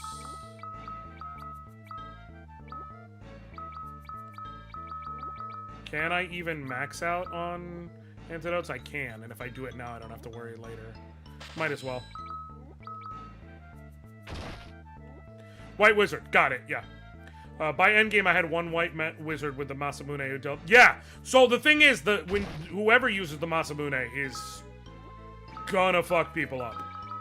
Like, that's just how it works. It's, again, that's another one where it's like, it's even funnier in the original because they fucked up the coding. So, the Masamune in the original has, like, this absolutely bananas crit rate. Exactly enough to get to 99. Beautiful. Why are they white? Did they fight the Balrog? No. Because they use white magic. AKA healing-based magic. Defensive, usually. PR change to make the game significantly less miserable. But the funny thing is, if you get to the end with a white wizard, whatever, wielding a Masamune in the original, you deal ridiculous damage. Like, relative to that game's amounts, because you're gonna crit like a motherfucker. Because the game was programmed wrong on the NES. So, just like how in the original in Pokemon, one born of a dragon, bearing darkness and light, shall rise to the heavens over the still land. The moon's light eternal brings a promise to the planet with bounty and grace. I just needed to make sure I recorded that for inevitably saying it during the video I make of this.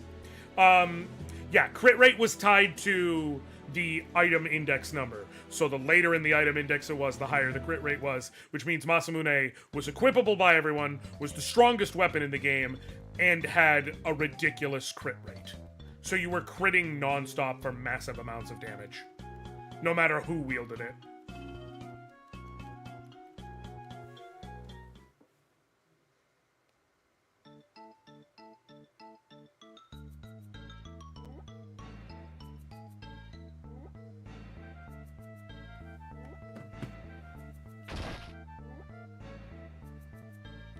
Cool.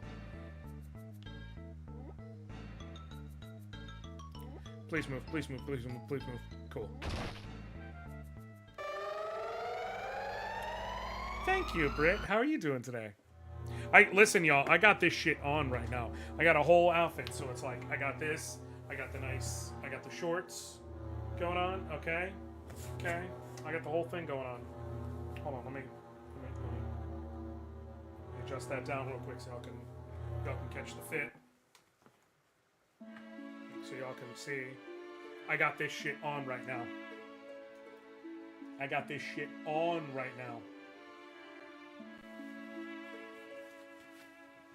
Also, hey, Britt. I'm currently doing something really stupid, in case you can't tell from the top of the screen. Feel free to tell John what I'm doing. Because I'm sure he's gonna look and go, I'm sorry, what?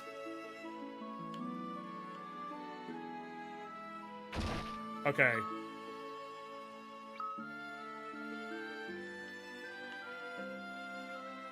I'm gonna go save real quick, actually.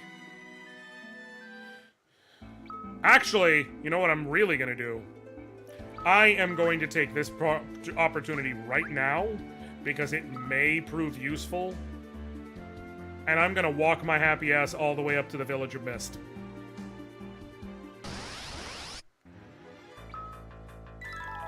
I'm also gonna need to kill everything in my way, because I'm gonna need some gil.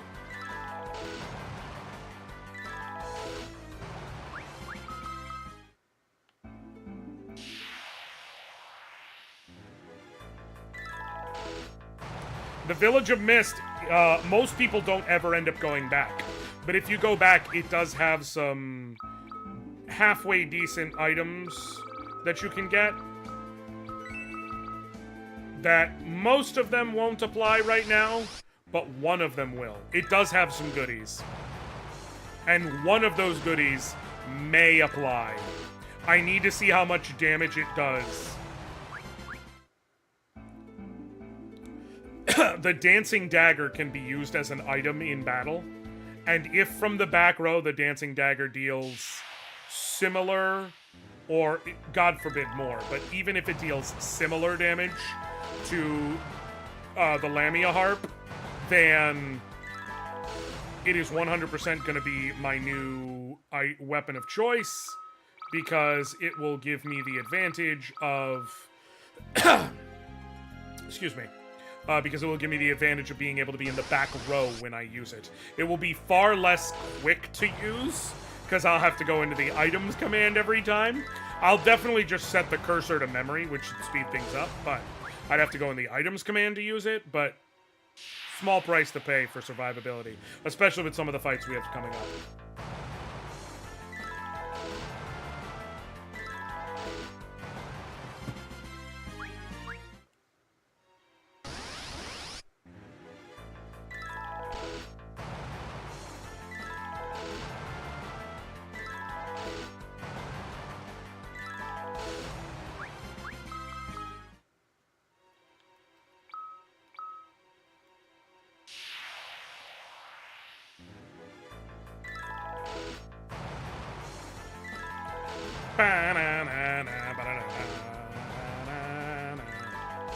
So I'll be setting myself up nicely that tomorrow will definitely be in the underworld. Be nice if I could get all the way back to, like, Edge.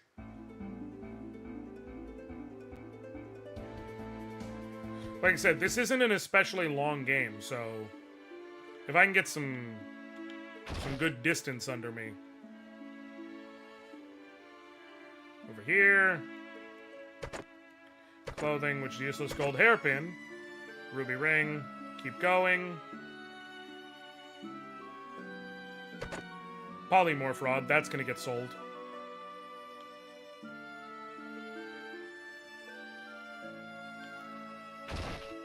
Okay. Bomb fragment. You can get a couple of bomb fragments while you're here, which is really good ludonarrative dissonance, by the way. That you can find bomb fragments hidden around this town. Like,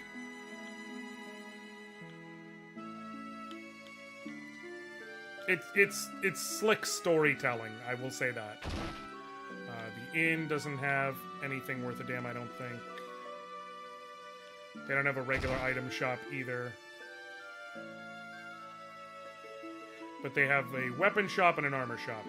The armor shop I don't think has anything that I can utilize. Oh, the Bard's tunic, which is what I already have equipped. But I could sell the polymorph rod for 625 gil, and the ruby ring for 500. Shit, I'm gonna need that. Well, fine, I'll buy it back eventually. I cannot use the gold hairpin. That's girls only, right? Yeah. Sell the gold hairpin for 10,000 gil. Come over here, and we're going to buy a dancing dagger. Hopefully I don't regret this.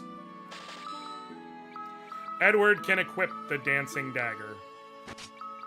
The fact that it raises his attack, it'll be useful no matter what, but what I need to see is, from the back row, what kind of damage does it deal?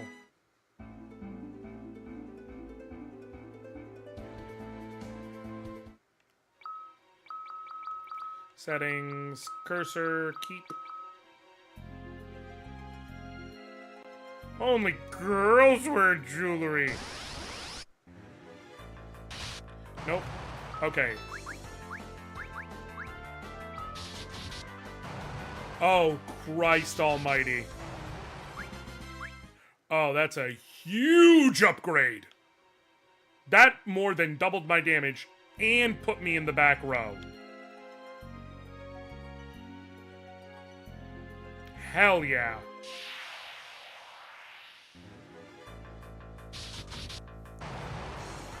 Not always doubled. Depends on the enemy, but still, not always more than doubled. But it vaguely doubles my damage and lets me sit in the back row, which is a massive upgrade. Eventually, my stat growth will outperform it, because that doesn't get anything like, that's just like, that is an item, so it basically has a formula that it runs. It's going to be independent of my stats. So it's never going to get any better than where it's at right now. So eventually my stats will be such that, you know, it will no longer be my best option. But for a little while, it's going to be my best option, and TBH, if it's even close to my best option, and also gives me the benefit of being in the back row, it is far and away my best shit. God damn it, Metroid Master. It worked.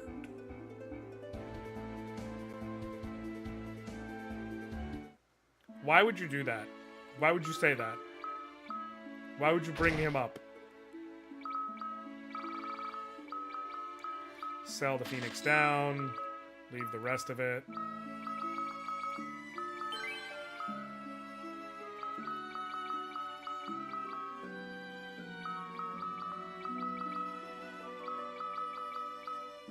Eye drops. I need 74. Cool. And I'm waiting before I max out on Maiden's Kiss, because they're not super common, so. Hold on, my mother. Had to. It's going good! It's going good. Edward was just a dumb kid who couldn't even save one girl. Just like the Elrics. You're not wrong. I'm mad you said it. But you're not wrong.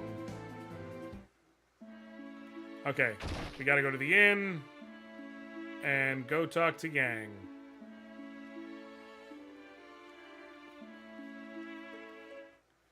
He's a traitor!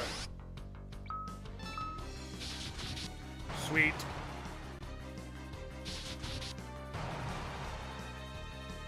Okay. How's this fight gonna work?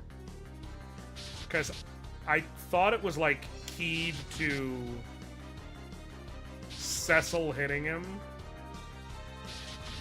But I'm not sure.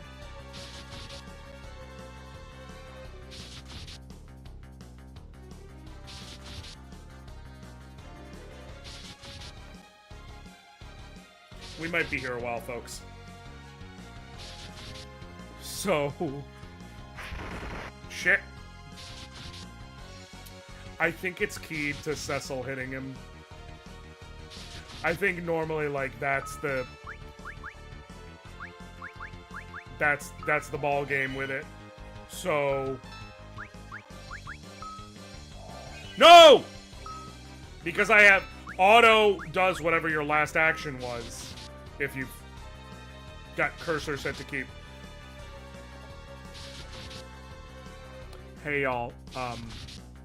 Again, I think this fight is keyed to Cecil physically attacking him.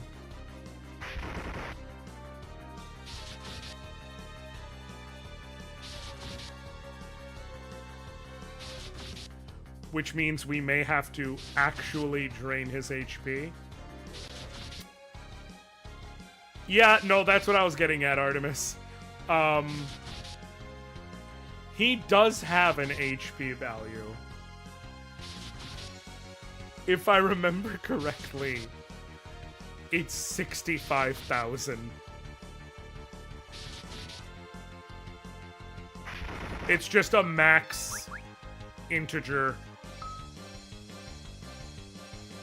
Shit, didn't mean to do that.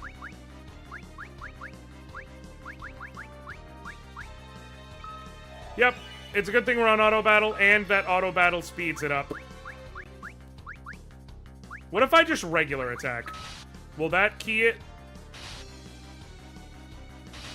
No, I really do think it's Cecil attacking specifically is the thing.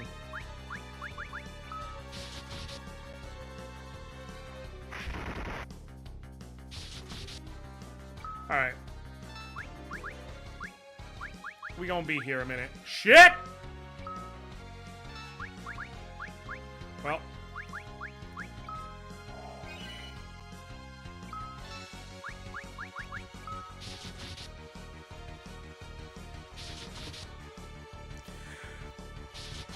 Who knew? Who knew that the hardest battle in this whole game would be Yang?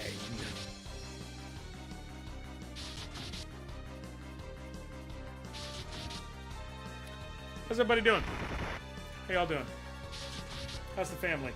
How's the kids? Nope, I gotta tilt my feet. Can't let y'all get the feet for free. No feet, no free feet.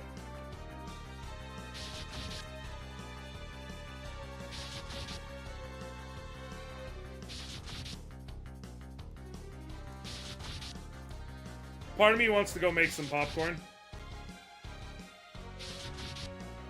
According to the wiki, he actually doesn't have any cool scripts. Wait, what? So then how does he... I know that, like, just based on damage dealt or number of attacks, he should be down by now.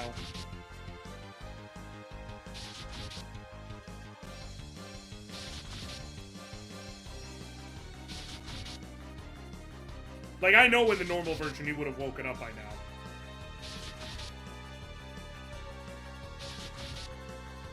Because 400 damage is a lot for this point in the game. No matter who's using it. Got a story with this game too, at least the PSP version. Hit me, Metroid. I love the PSP release. I can go to my closet right now. I don't have it here, but I have right now the Game Boy Advance version complete in box right here. I have the Super Famicom version complete in box right here. And in my closet, I have a complete in box copy of Final Fantasy IV Complete Collection. Like I said, that's why I want to get a Super Nintendo copy at one point. I also have, actually, I might have it right here, which would be even funnier.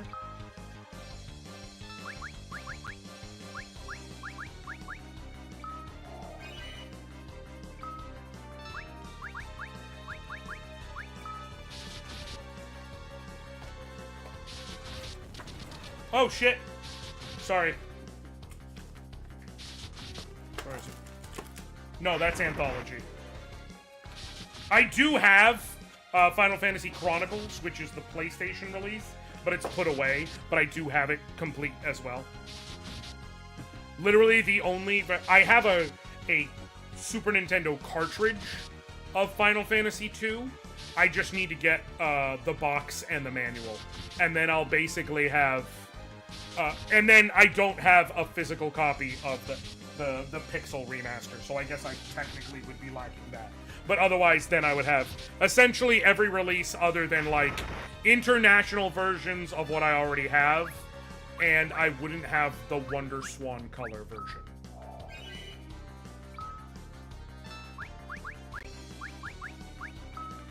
So I had the PSP version on disc a while back, complete, was still living with my family, and ended up with a bad grade or something in class. And my stepdad forced me to sell my PSP along with the games I had for it. And I was really far in the game, like on the moon.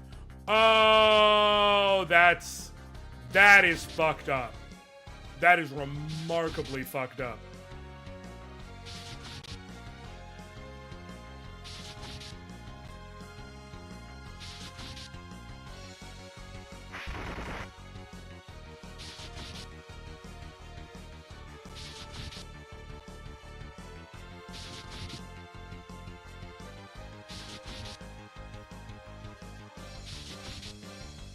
It was either let him sell it or get thrown out. Yeah.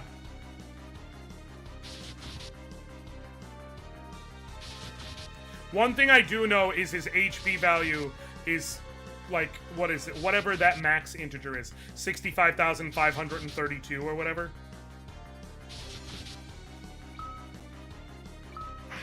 Well, at least I've got him to critical health.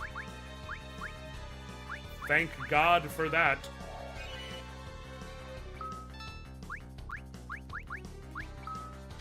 Thankfully now I'm on my own right that, and I got a digital copy. Right. Also, if we can be fair, if you're playing this version especially, obviously there's the methodology by which I'm playing it, but even if not that, like, PSPs are ridiculously easy to hack. PS Vita is slightly more annoying to do so, but still doable. But PSPs are, like, bananas easy to hack.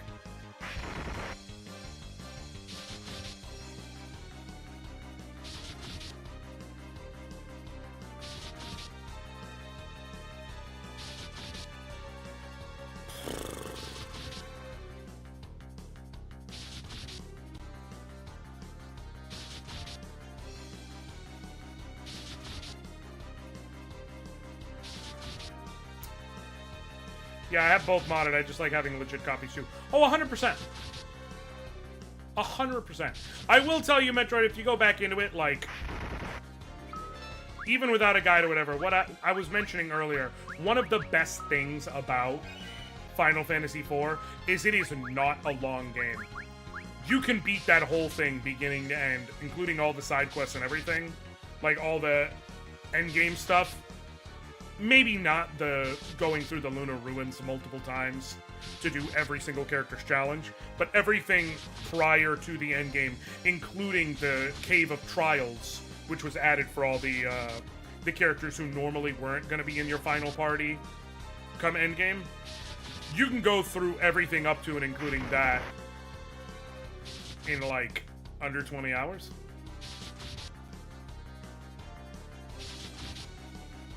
I actually have a save file proving that. Finally! Someone needs... I need to look at the timestamp and see how long that shit took.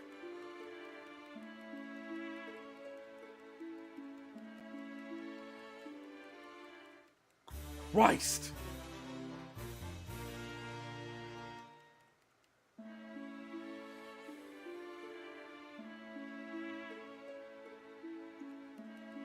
Okay.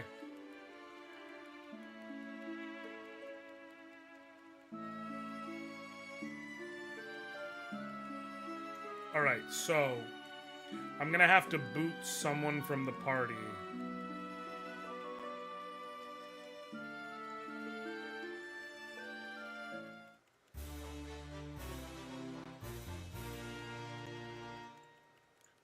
This is gonna be where we test shit.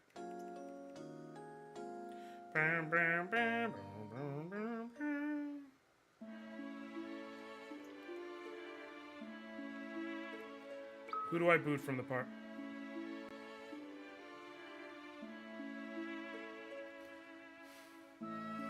Again, we are learning how this game is coded. Normally, you have an empty party slot. But you don't. So I thought it would, like, empty out the party slot and add Yang. But apparently not.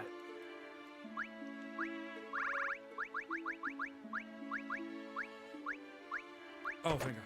I was like, wait, what? Where's the key? What up, Yami? How you doing, bud? Key. Cool. When do you start playing this run? Today, Yami! I just started today. I've gotten from Baron all the way back to Baron.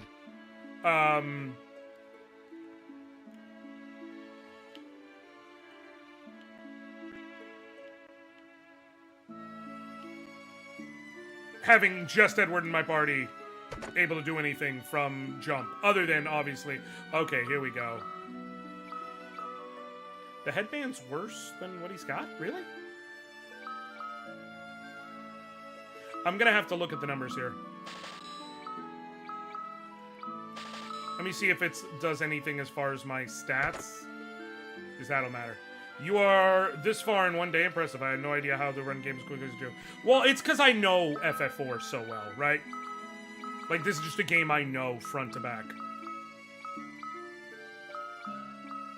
Let me look at armor stats real quick.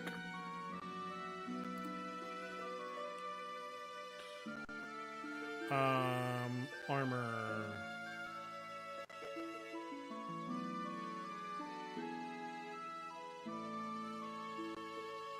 A headband versus feathered cap, and a Bard's tunic versus Kenpogi. The headband gives 1 defense, 1 magic defense, and +5 strength. I'll lose 1 defense and 2 magic defense. I'll gain a little evasion. And I'll also gain some strength. Probably worth it overall since I'm gonna be... Well, I'm gonna be in the back row, actually. So for now, it doesn't actually matter. The Kenpogi is flatly better. The headband would make sense, not at this point in the game. It would make sense if I didn't just find the dancing dagger, or if I didn't just buy the dancing dagger, which I use like an item, so my stats are irrelevant. It does technically slightly increase my evasion, but not enough to be worth the few points of defense when my defense already sucks this bad. So we will swap to the Kenpogi. Yeah, it would slightly raise my attack, but it's not actually worth it right now, given that my attack is better spent otherwise. I will leave it in my inventory for now. It may be worthwhile a little bit down the line, but going to go get the missive from the airport. Appreciate you swinging by, Yami. I hope you have a safe flight. Give my love to the missus. Alright, I'm going to go ahead and kill the party real quick.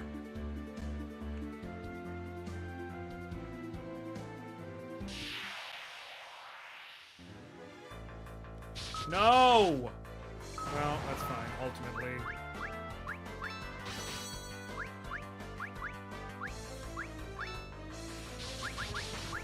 Black magic. Thundaga on yourself. Black magic. Thunder on yourself. Might be enough to get the job done.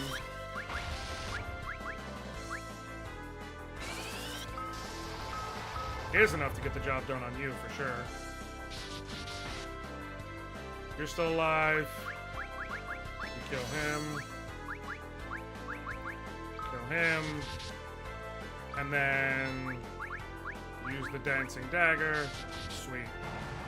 What up, Silent Knight? Welcome. Paladin Cecil shenanigans. Sort of. There's shenanigans afoot, but the shenanigans that are afoot are that this is an Edward-only challenge. I've had him hacked into my party since the beginning, and he's running the whole game solo. Alright. Yeah, I'm definitely gonna leave. He's got his setup now for sure. Is there anything else? Oh, let me actually check real quick as far as equipment. Or as far as this level goes. If I was to do that and a crossbow. No. He's at 41%. Okay. He's starting to get there. It's still not worthwhile. He's better off with the dancing dagger for sure, but... Oh man, good luck. Listen, it's been a time so far, but I've been enjoying it. Edward is far better than people think. He literally joins the party at probably his least useful time. And even then, a good part of it is the fact that he comes to you at level 5. I am going to save state.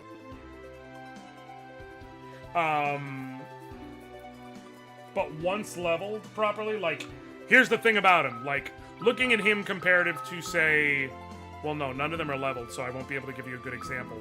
But his main advantage here is that 19 speed. He's very fast. So he generally is going to actually outrun even bosses. Like, against Scarmaleone, I was getting 2 or 3 turns to each of his one, which meant I could keep attacking and just heal once in that process and still keep damage outputting. I am limited to potions such. It's going to get harder the farther we go, but I think we're going to call it for here, though. I started the game, and I've gone all the way on a loop, back around through to Baron. We defeated Yang, who had turned... Let me check. Yang. FF4, enemy HP.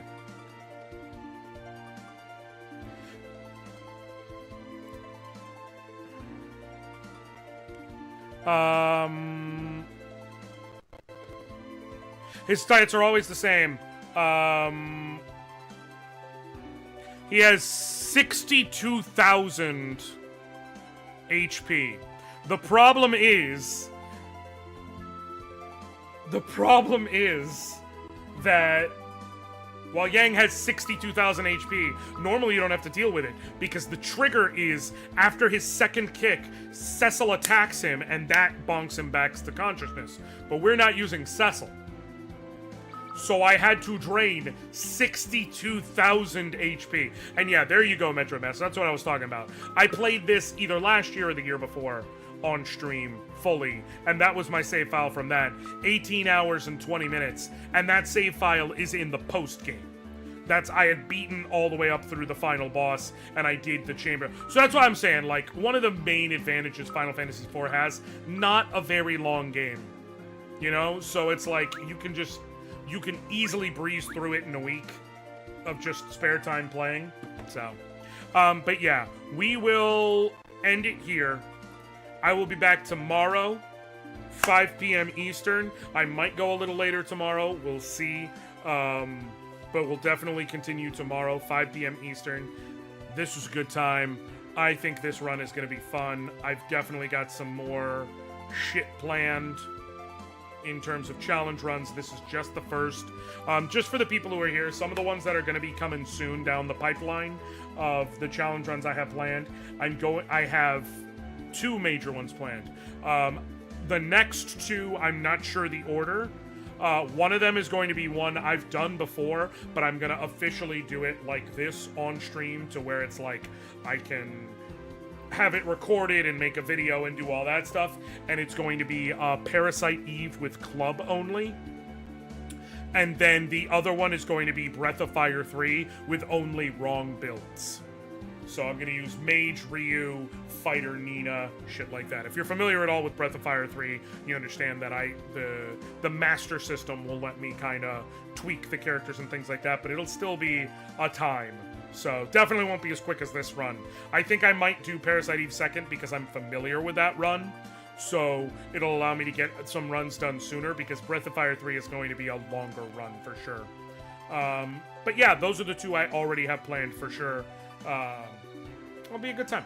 So I will see y'all tomorrow either way. Let me go bring y'all over to Lady Pelvic, who is playing Nier Automata, which I know lots of people love that game. /raid Lady Pelvic. Actually, let me, because she's playing Romancing Saga too. Let me bring some love over to Unileska, actually.